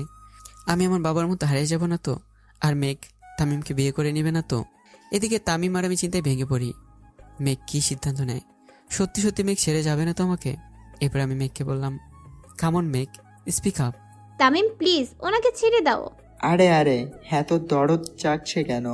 ওই বিয়েটা তো মিথ্যে। আমি মেঘের দিকে অবাক হয়ে তাকিয়েছি। সত্যি কি এই সম্পর্কটা মিথ্যে বলে প্রমাণিত হবে? আমার ভালোবাসার কি কোনো মূল্য ছিল না? মেঘ চুপ করে আছে কেন? কোনো কিছুই বলছে না। এসব কথা ভাবছি, হুট করে তামিম বলে উঠল, মেঘ, তোমার মতামত আমি ভালো করে জানি। এই চুক্তির কথা অনুযায়ী এই 1 বছরে আকাশের প্রতি তোমার বিন্দুমাত্র অনুভূতি জাগেনি। তুমি এখনো তামিম আমাকে ভালোবাসো।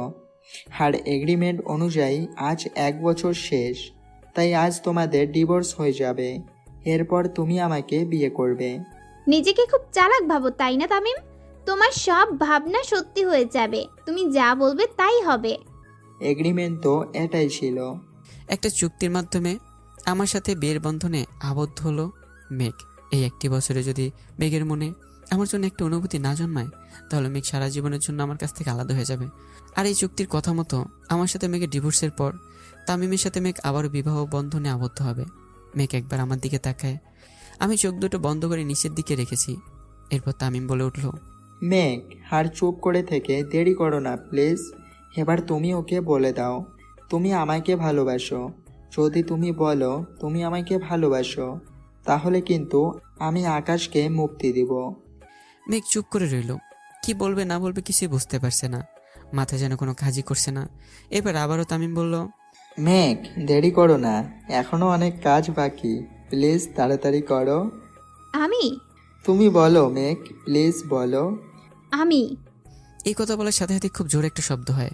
তামিম কোনো কিছু বোঝার আগে পুলিশ এসে তামিমের মাথায় রিভলভার ধরল। আমি সামনের দিকে তাকিয়ে অবাক হয়ে গেলাম। এ কাকে দেখছি আমি? এটা কি করে সম্ভব? এদিকে পুলিশ তামিমকে বলল, you are under arrest mister Tamim Ahmed. মেঘ পুলিশের দিকে তাকিয়ে একটা মুচকি হাসি দিল। আর আমি অবাক হয়ে পুলিশের দিকে তাকাই আর ভাবতে থাকি, পুলিশ এখানে আসলো কিভাবে? আমি তো কাউকে কল করিনি, তাহলে এরা জানলো কি করে? এর মাঝে আরও একজন পুলিশ এসে ভেতরে ঢোকে আর তামিমকে উদ্দেশ্য করে বলে, এবার শ্বশুর বাড়ি চলো মিস্টার তামিম, অনেক ক্ষতি করেছো তুমি এদের, এবার বাকি জীবন জেলে বসে কাটিয়ে দিবে, চলো। রিধি তুমি? হ্যাঁ স্যার, আমি এখানকার থানার একজন কর্তব্যরত পুলিশ অফিসার। রিধি তাকিয়ে তাকিয়ে কি দেখছো? আগে বাঁধনটা খুলে দিতে বলো এদের। আর একভাবে কতক্ষণ থাকবো? হ্যাঁ মেঘ। এরপর রিধি ওর সাথে আসা পুলিশ কনস্টেবলকে মেঘ ও আমাকে বাঁধন খুলে দিতে বলে। এর মাঝে তামিম বলে উঠল, এটা কিন্তু ঠিক হলো না, আমি তোমাদের দেখে নিব। আরে দূর, তুমি কি দেখবে সেটা আমার জানা আছে। জেলে নিয়ে গেলে বুঝবে কত দানে কত চাল। হৃদি একজন কনস্টেবলকে ডেকে তামিমের হাতে হাত করা লাগাতে বলল। এরপর তামিমের সব চালাতে ধরে নিয়ে গেল।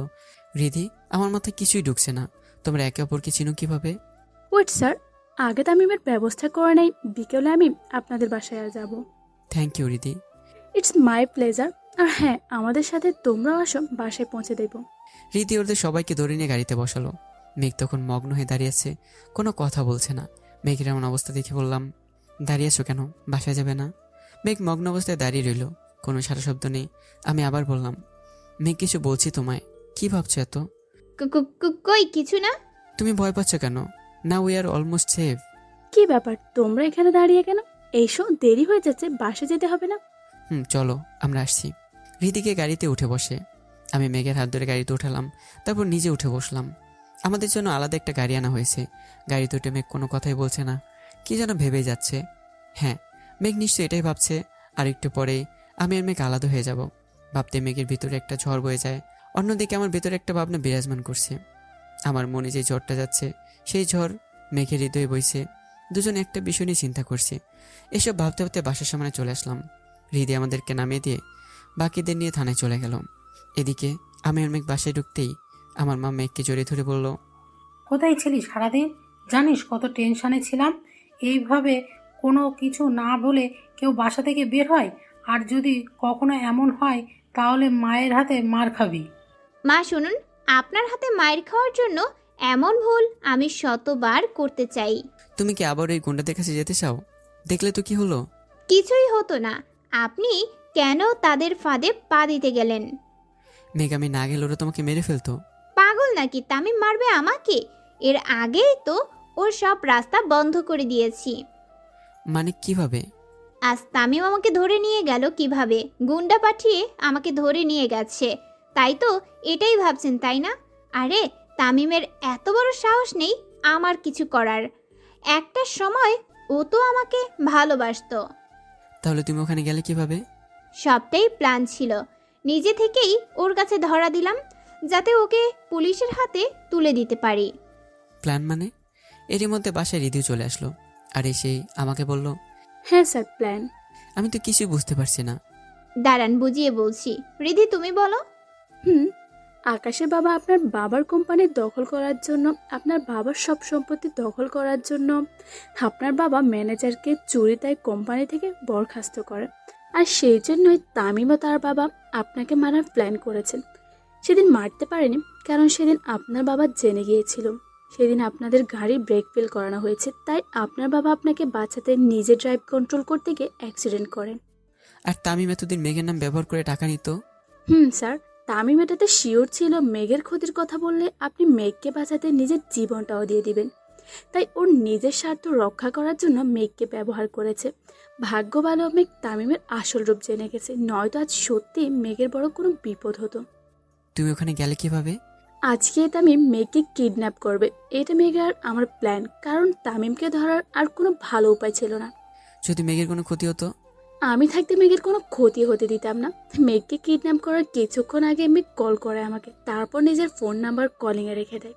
আর আমি ওদের লোকেশন মুহূর্তের মধ্যে পেয়ে যাই, তাই ওখানে যেতে কোনো অসুবিধা হয়নি। আজ মেঘ নিজে যদি তামিমকে ধরতে হেল্প না করতো, তাহলে তামিম 2-1 দিনের মধ্যে আপনার উপর অ্যাটাক করতো।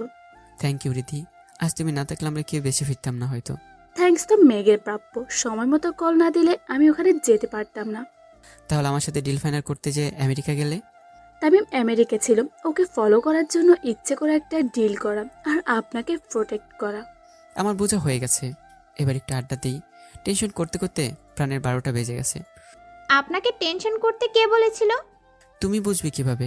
তুমি তো আর পুরোটা বলার আগে আমার মামুনি বলল, হয়েছে, আর টেনশন করতে হবে না। আসল অপরাধীর সাজা তো হয়েই যাবে এবার। এখন আর টেনশন করতে হবে না। মেঘ, তুই একটু চা করে আনতে পারবি? আজ সারাদিন ধরে তোর হাতে চা খুব মিস করেছি। আচ্ছা মা, আমি চা বানিয়ে নিয়ে আসছি। এরপর মেঘ রান্না করে কি সবার জন্য চা নিয়ে আসে। সবাই চা খেতে খেতে আড্ডা দিচ্ছি। আমি বারবার মেঘকে দেখছি, কিছু একটা বলতে চাইছি, কিন্তু সবার সামনে বলতে পারছি না। মেঘ সেটা খুব ভালো করে বুঝতে পারছে। তাই এখান থেকে উঠে রান্নাঘরে চলে যায়। রান্নাঘরে গিয়ে ইচ্ছে করে অনেকগুলো রান্নার আয়োজন শুরু করে। কিছু সময় পর রিদিও চলে গেল। আমার মা রিদিকে অনেক রিকোয়েস্ট করলো খাবার খেয়ে যেতে, কিন্তু রিদি জরুরি কাজে চলে যায়। রাতের খাবার খেয়ে মেঘ আর তান্না ছাদে বসে গল্প করছে। গল্প করতে করতে এক পর্যায়ে তান্না বলে উঠলো, এখন কি করবি, কিছু ভাবলি? হুম, কি সিদ্ধান্ত নিলি? চলে যাব। মেঘ, হ্যাঁ রে, চলে যাব। এগ্রিমেন্টের 1 বছর পার হয়ে গেছে। কাল সকালে এই বাড়ি ছাড়তে হবে। আর বিপদ বাড়িয়ে লাভ নেই। মেঘ, তুই একটাবার স্যারের কথা চিন্তা করবি না? ওনার কথা চিন্তা করেই বলছি। আর তাছাড়া এগ্রিমেন্টে এটাই লেখা ছিল 1 বছর পর যে যার রাস্তা বেছে নিবে। আমার খেয়ালই ছিল না আজ 1 বছর পূরণ হতে যাচ্ছে। মেঘ, তুই কি জানিস স্যার তোকে... আমাকে কি? মেঘ, তুই আবারও ভুল করিস না, একটাবার স্যারের সাথে কথা বল। আমার কোনো কিছু বলার নেই। তোর নেই, কিন্তু ওনার থাকতে পারে মেঘ। উনি যা বলার 1 বছর আগেই বলে দিয়েছেন। এখন আর নতুন করে কি বলবেন? তুই একটু এখানেই বসে থাক, আমি আসছি। তান্না উঠে নিচে চলে গেল। মেঘ বিড়বিড় করে কান্নায় ভেঙে পড়ে। একটু পর তান্না মেঘের কাঁধে হাত রেখে পাশে বসে, আর মেঘ বলতে থাকে, কি রে, এসেছিস? হুম, এই কথা বলে তান্না মেঘের হাতে একটা ডায়েরি দিল আর বলল, এটা ধর। কি এটা? দেখতেই পারছিস একটা ডায়েরি। হ্যাঁ তো, এটা দিয়ে কি করব? পড়বি, এটা স্যারের ডায়েরি। স্যারের ডায়েরি আমি পড়তে যাব কেন? তোর এখনো কোনো কিছু অজানা মেঘ, এটা পড়লে অনেক কিছু জানতে পারবি। কিন্তু কোনো কিন্তু না মেঘ, তুই পড়। হুম। ডায়েরির প্রথমে লেখা ছিল আকাশের মেঘ। মেঘ লেখাটা দেখে কিছুটা অবাক দৃষ্টিতে তান্নার দিকে তাকালো। তান্না ইশারা করে পরের পৃষ্ঠে উল্টাতে বলে। মেঘ তান্নার কথায় মাথা নেড়ে সায় দেয়। পেজের দ্বিতীয় পাতায় উল্টিয়ে কিছু লেখা ছিল, আমি লাইফেস প্রথম দিন অফিসে জয়েন করলাম। কোম্পানিতে জয়েন করার পর জানতে পারলাম আগের ম্যানেজার আঙ্কেলকে চাকরি থেকে বাতিল করা হয়েছে। কিন্তু কেন বাতিল করা হয়েছে কেউ কখনো আমাকে জানায়নি, বা আমারও জানার ইচ্ছে হয়নি। আজ প্রথম অফিসে জয়েন করে বুঝতে পারলাম ভাবি কতটা প্রেশারের মধ্যে থাকতো। সারাদিন এত এত কাজ করেও বাসায় হাসি মুখে ফিরত আর আমাদের সাথে আড্ডা দিত। আমার দুঃখ একটাই, বাপিকে বুঝতে আমি দেরি করে ফেলেছি। আগে যদি বুঝে নিতে পারতাম তাহলে হয়তো এত তাড়াতাড়ি বাপিকে হারাতাম না। একটু একটু করে কোম্পানির সব দায়িত্ব বুঝে নিলাম। নতুন একজন ম্যানেজার নিয়োগ করলাম। দেখতে দেখতে কোম্পানিটা বেশ উন্নত হতে লাগলো। এরপর একটা করে নিয়োগ বিজ্ঞপ্তি পেপারে দিলাম, নতুন কর্মচারী লাগবে এটা উল্লেখ করে। এরপর কয়েকজনের ভাইবা নিয়ে সিলেক্ট করলাম। আজ আবার নতুন কর্মচারী জয়েনিং করার দিন। নতুন একজন জয়েন করলো, তাও আবার একটা মেয়ে। দেখতে একদম পরীর মতো, টানা টানা চোখ, মায়াবী মুখ, বাঁকা ঠোঁটের হাসি, লাজুক মুখের চাহনি, একদম পরীর মতো দেখতে। যে একবার দেখবে সে প্রেমে পড়ে যাবে। আমারও ঠিক তাই হয়েছে। প্রথম দেখায় মেয়েটাকে আপন ভেবে নিয়েছিলাম, বাট জানতাম না যে মেয়েকে নিয়ে আমার মনের গহীনে অজানা একটা সুখের ঠিকানা গড়ে তুলেছি, সে মেয়েটা অন্য কাউকে ভালোবাসে। বাপিকে হারিয়ে পাগলের মতো হয়ে গিয়েছিলাম, কিন্তু ওকে দেখে পাগলামিগুলো থামানোর একটা মাধ্যম খুঁজে পেলাম। কিন্তু যেদিন জানতে পারলাম পরীটা অন্য কাউকে ভালোবাসে, সেদিন আবারও খুব কষ্ট অনুভব করলাম। বুকের ভেতর কেমন যেন ব্যথা হতে লাগলো। মামনি আমার কষ্টগুলো মেনে নিতে পারছিল না, বারবার জানতে চাইতো। তাই একদিন মামনিকে সব কিছু বলে দিলাম। মামনি আমাকে সবসময় বোঝাতো, বলতো আমার ভালোবাসা যদি সত্যি হয় তাহলে একদিন সে আমার হবেই। আর আমার নিজের ভালোবাসার প্রতিও বিশ্বাস ছিল। সেই বিশ্বাসটা হয়তো আমাকে বাঁচতে শিখিয়েছিল। এরপর থেকে মেঘ কখন অফিসে আসতো, কখন কি করতো, সব কিছুই নজর রাখতাম। এরকম পাগল ছিলাম আমি ওর জন্য। ও হ্যাঁ, পাগল আমি এখন ওর জন্য। মনের গহীনে আজও আমি ওকে অনুভব করি। কিন্তু সমস্যা তো বাদলো অন্য জায়গায়। এমনটা হবে কখনো ভাবিনি, কল্পনাও করিনি আমি। কি থেকে কি হয়ে গেল, মুহূর্তের মধ্যে সব কিছু শেষ হয়ে গেল। আমি কি করব ভেবে পাচ্ছিলাম না, কি করা উচিত মাথায় ঢুকছে না। অবশেষে একজনকে পেলাম হেল্প করার জন্য, যে আমাকে প্রতিটা মুহূর্তে হেল্প করেছে। তাকে কৃতজ্ঞতা জানানোর ভাষা আমার জানা নেই, কিন্তু তবুও আমি তাকে ধন্যবাদ দিলাম। তার মাধ্যমে আসল ঘটনা জানতে পারলাম।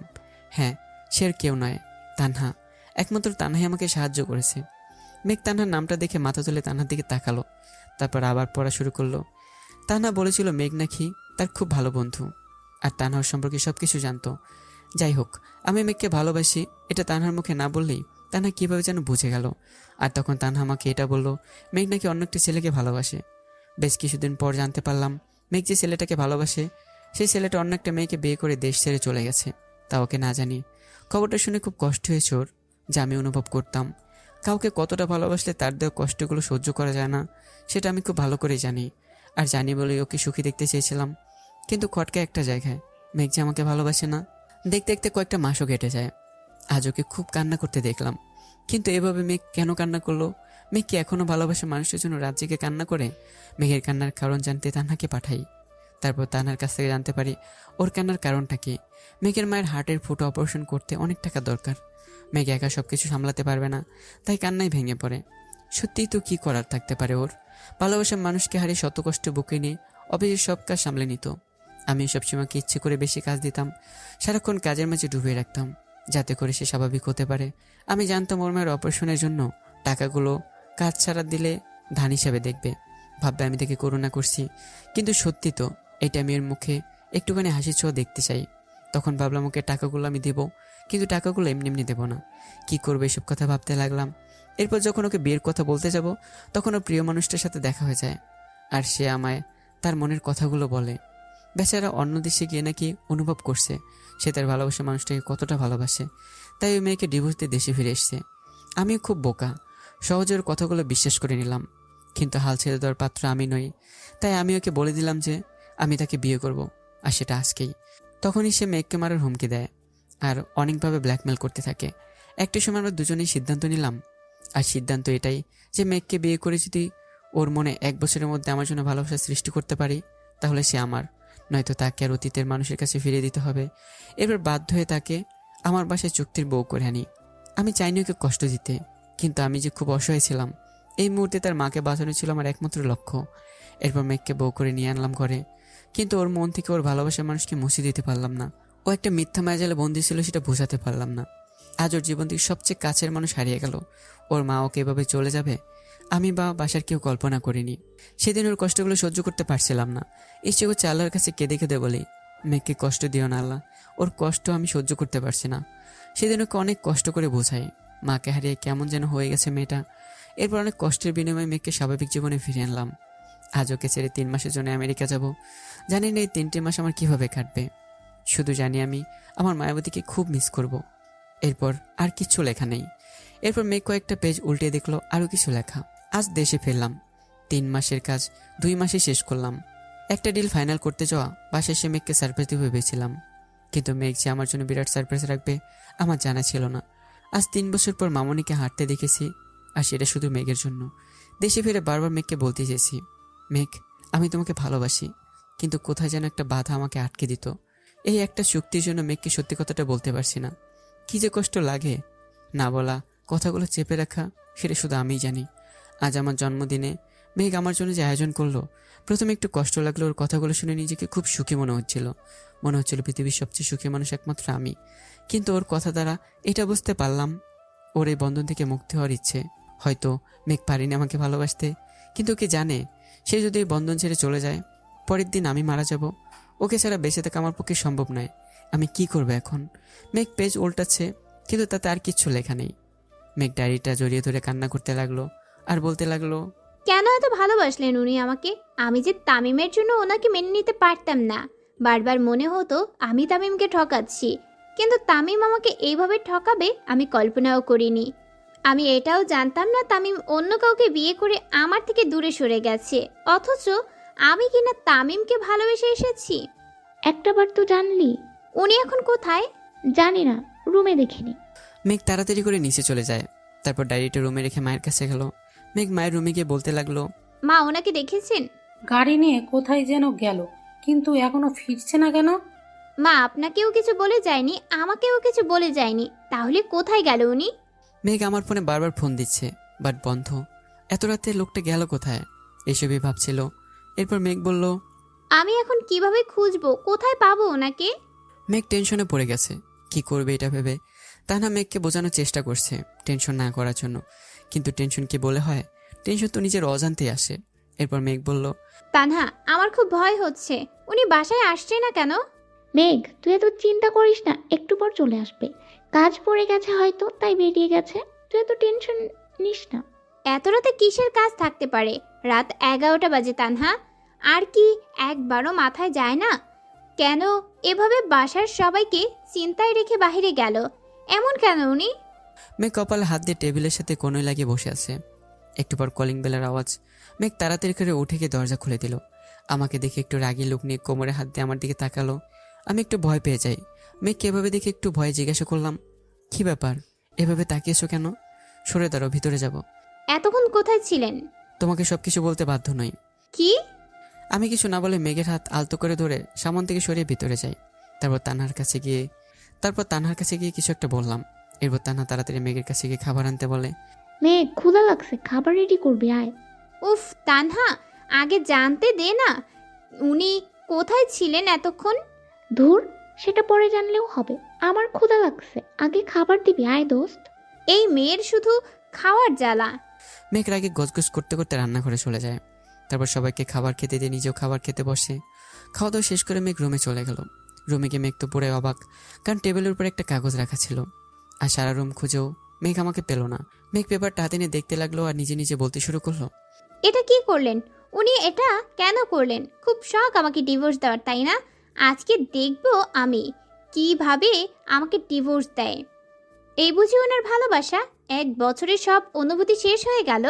এই জন্য তখন বাইরে গেছিল। শয়তান বানর হনুমান কোথাকার কোথায় গেল এখন? এই ডিভোর্স পেপারের 12টা আমি বাজাচ্ছি।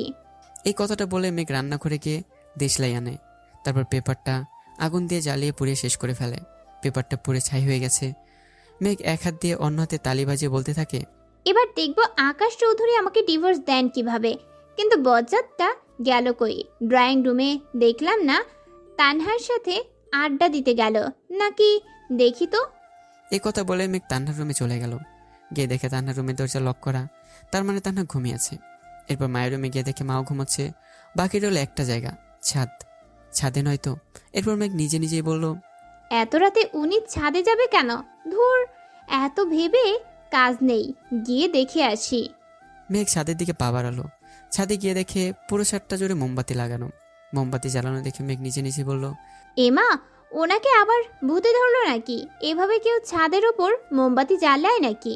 কিন্তু উনি গেলেন কোথায়? মেঘ ঘুরে ঘুরে চাঁদের চারপাশে দেখছে। চারপাশে মোমবাতির আলোয় ভরে উঠেছে। হঠাৎ মেঘের মনে হলো কেউ ওকে পিছন দিকে জড়িয়ে ধরেছে। এমনভাবে জড়িয়ে ধরেছে যেন মেঘ পালাতে না পারে। আমার এমন কাণ্ড দেখে মেঘ বলে উঠল, এইসবের মানে কি? বুঝলে কিভাবে আমি এসেছি? মন বলছিল। আর কি বলে শুনি? আমার মাথা বলে।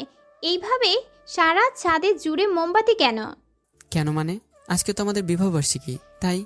ঘোড়ার ডিম, কিসের বিবাহ বার্ষিকী? দিন শেষ হয়ে রাত পার হয়ে যাচ্ছে আর ওনার মাথায় এখন বুদ্ধি এসেছে আজ নাকি বিবাহ বার্ষিকী। বললেই হলো, এখনো 5 মিনিট বাকি আছে। তাতে কি হয়েছে? Happy anniversary my dear wife. ধুর ছাড়েন তো। মেঘ জোরে ধাক্কা দিয়ে আমাকে সরিয়ে দিল। তখন আমি মেঘকে বললাম, এটা কি হলো? আজ আমাদের অ্যানিভার্সারি আর তুমি কি এইভাবে রিয়েক্ট করছো? অ্যানিভার্সারি? হ্যাঁ অ্যানিভার্সারি। একটা নকল বিয়ের 1 বছর পূর্ণ হলো, যে বিয়ের কোনো মানে নেই, নেই কোনো স্বপ্ন, নেই কোনো আশা। আর সেই বিয়ের উপলক্ষে এসব, তাই তো? কি দরকার আছে এসবের? মেঘ, ঠিকই বলছি। আপনি যা ভাববেন, যা চাইবেন তাই হবে। একবারও অন্যের ইচ্ছার মূল্য দিবেন না।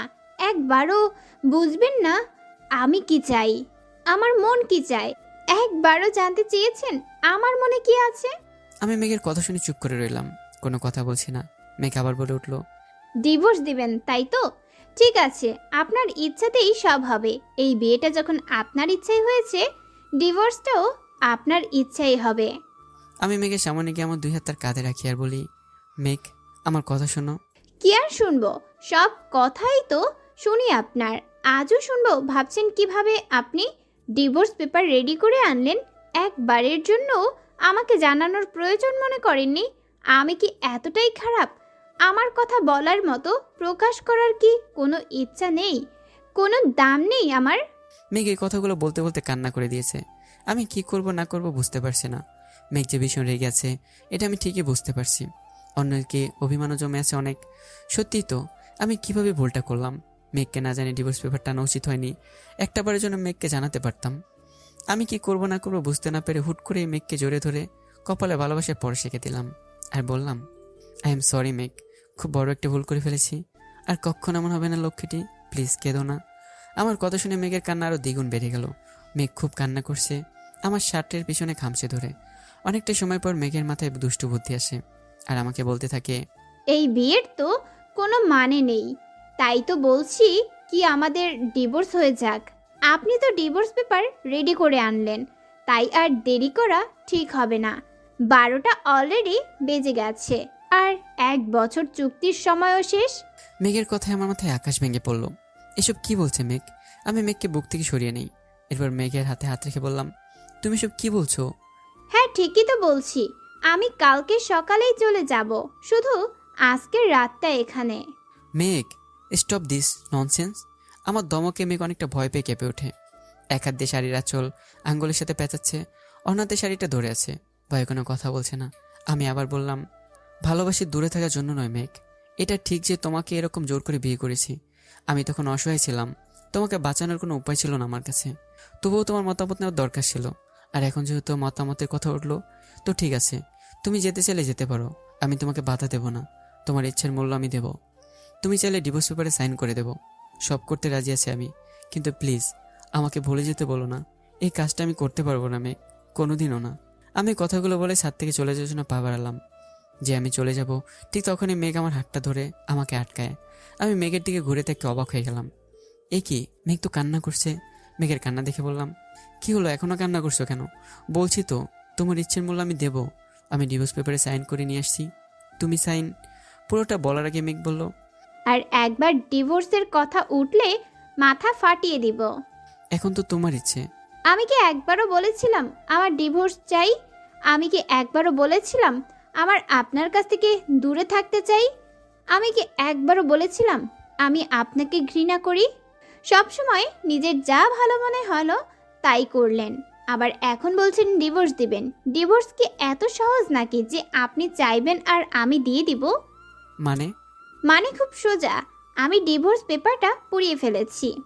কি, কখন করলে এটা? কেন, খুশি হননি? ওটা পুড়িয়ে দিলে কেন?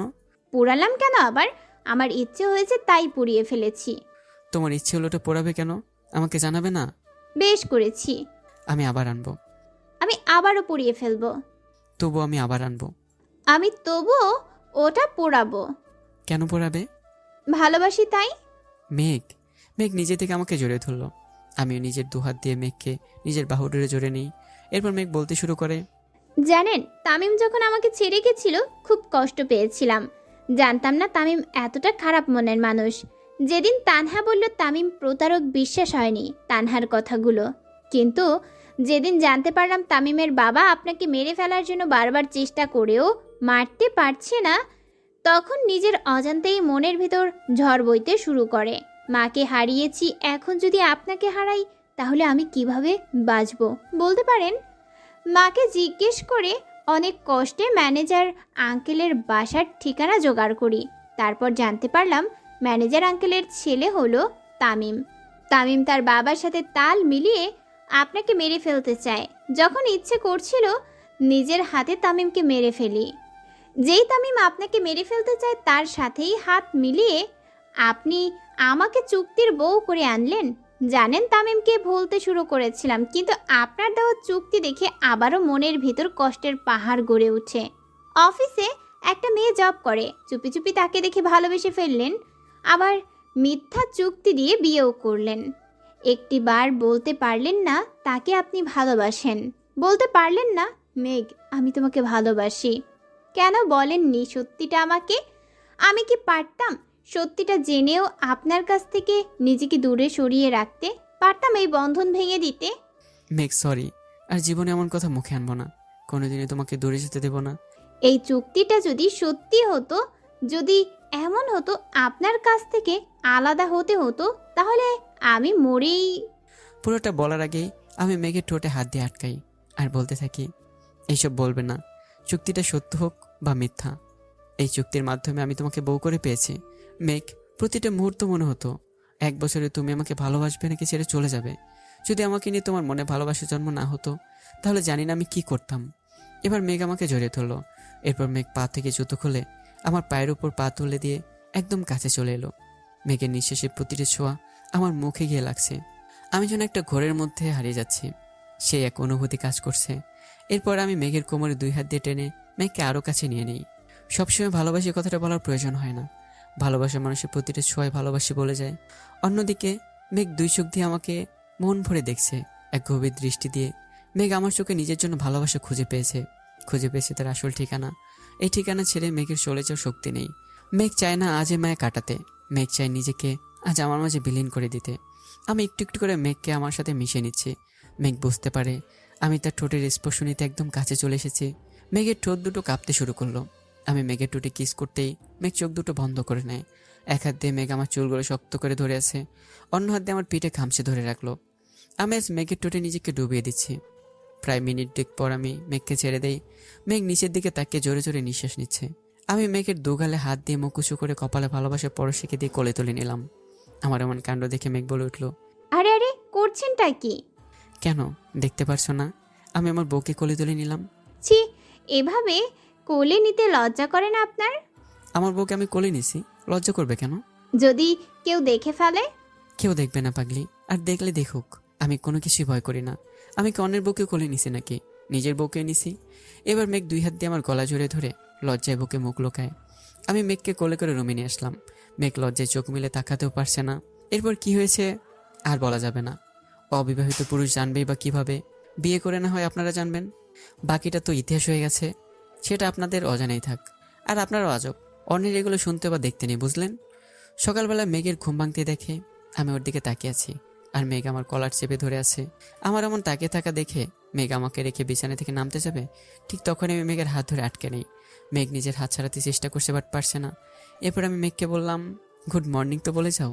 প্লিজ হাত ছাড়ুন, সবাই ঘুম থেকে উঠে গেছে, রান্না করতে হবে, আর তাছাড়া কেউ দেখে ফেলবে তো। না, ছাড়বো না। এরপর আমি নিজেই উঠে দাঁড়াই।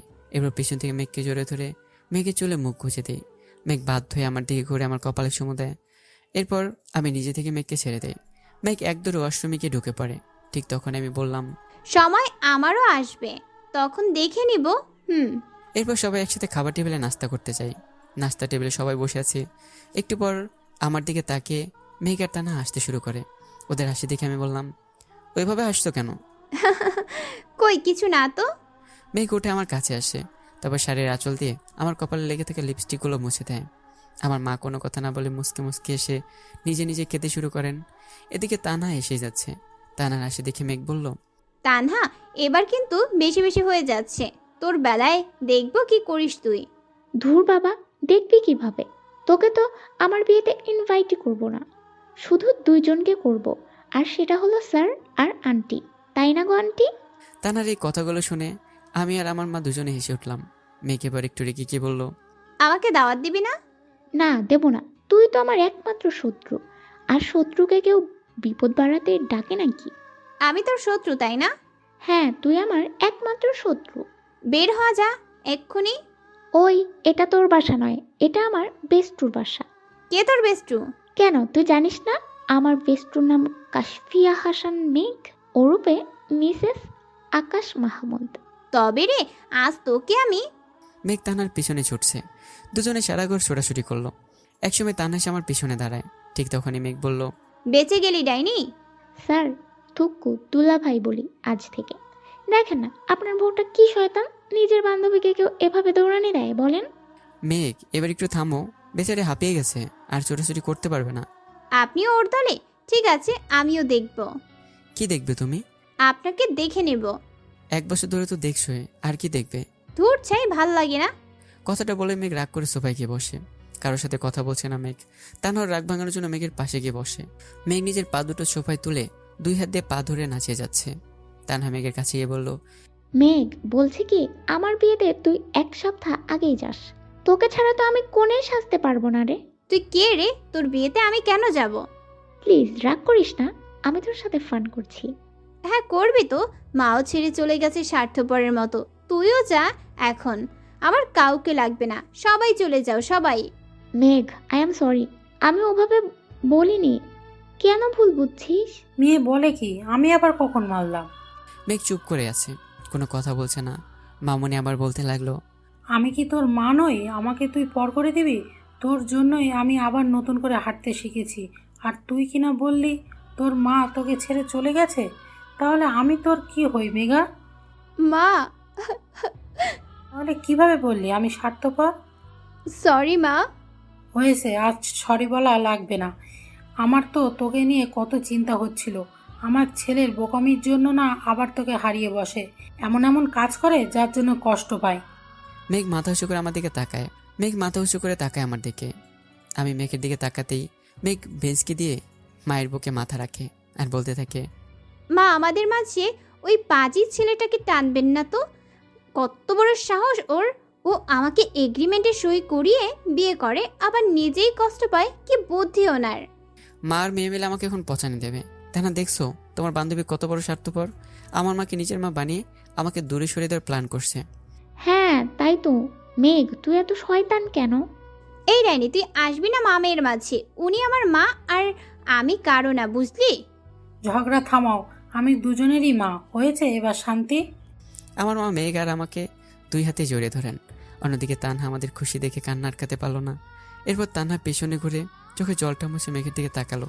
ঠিক তখন আমি বললাম, ভেবো না তানহা, মেঘের এখানে কোনো অযত্ন হবে না।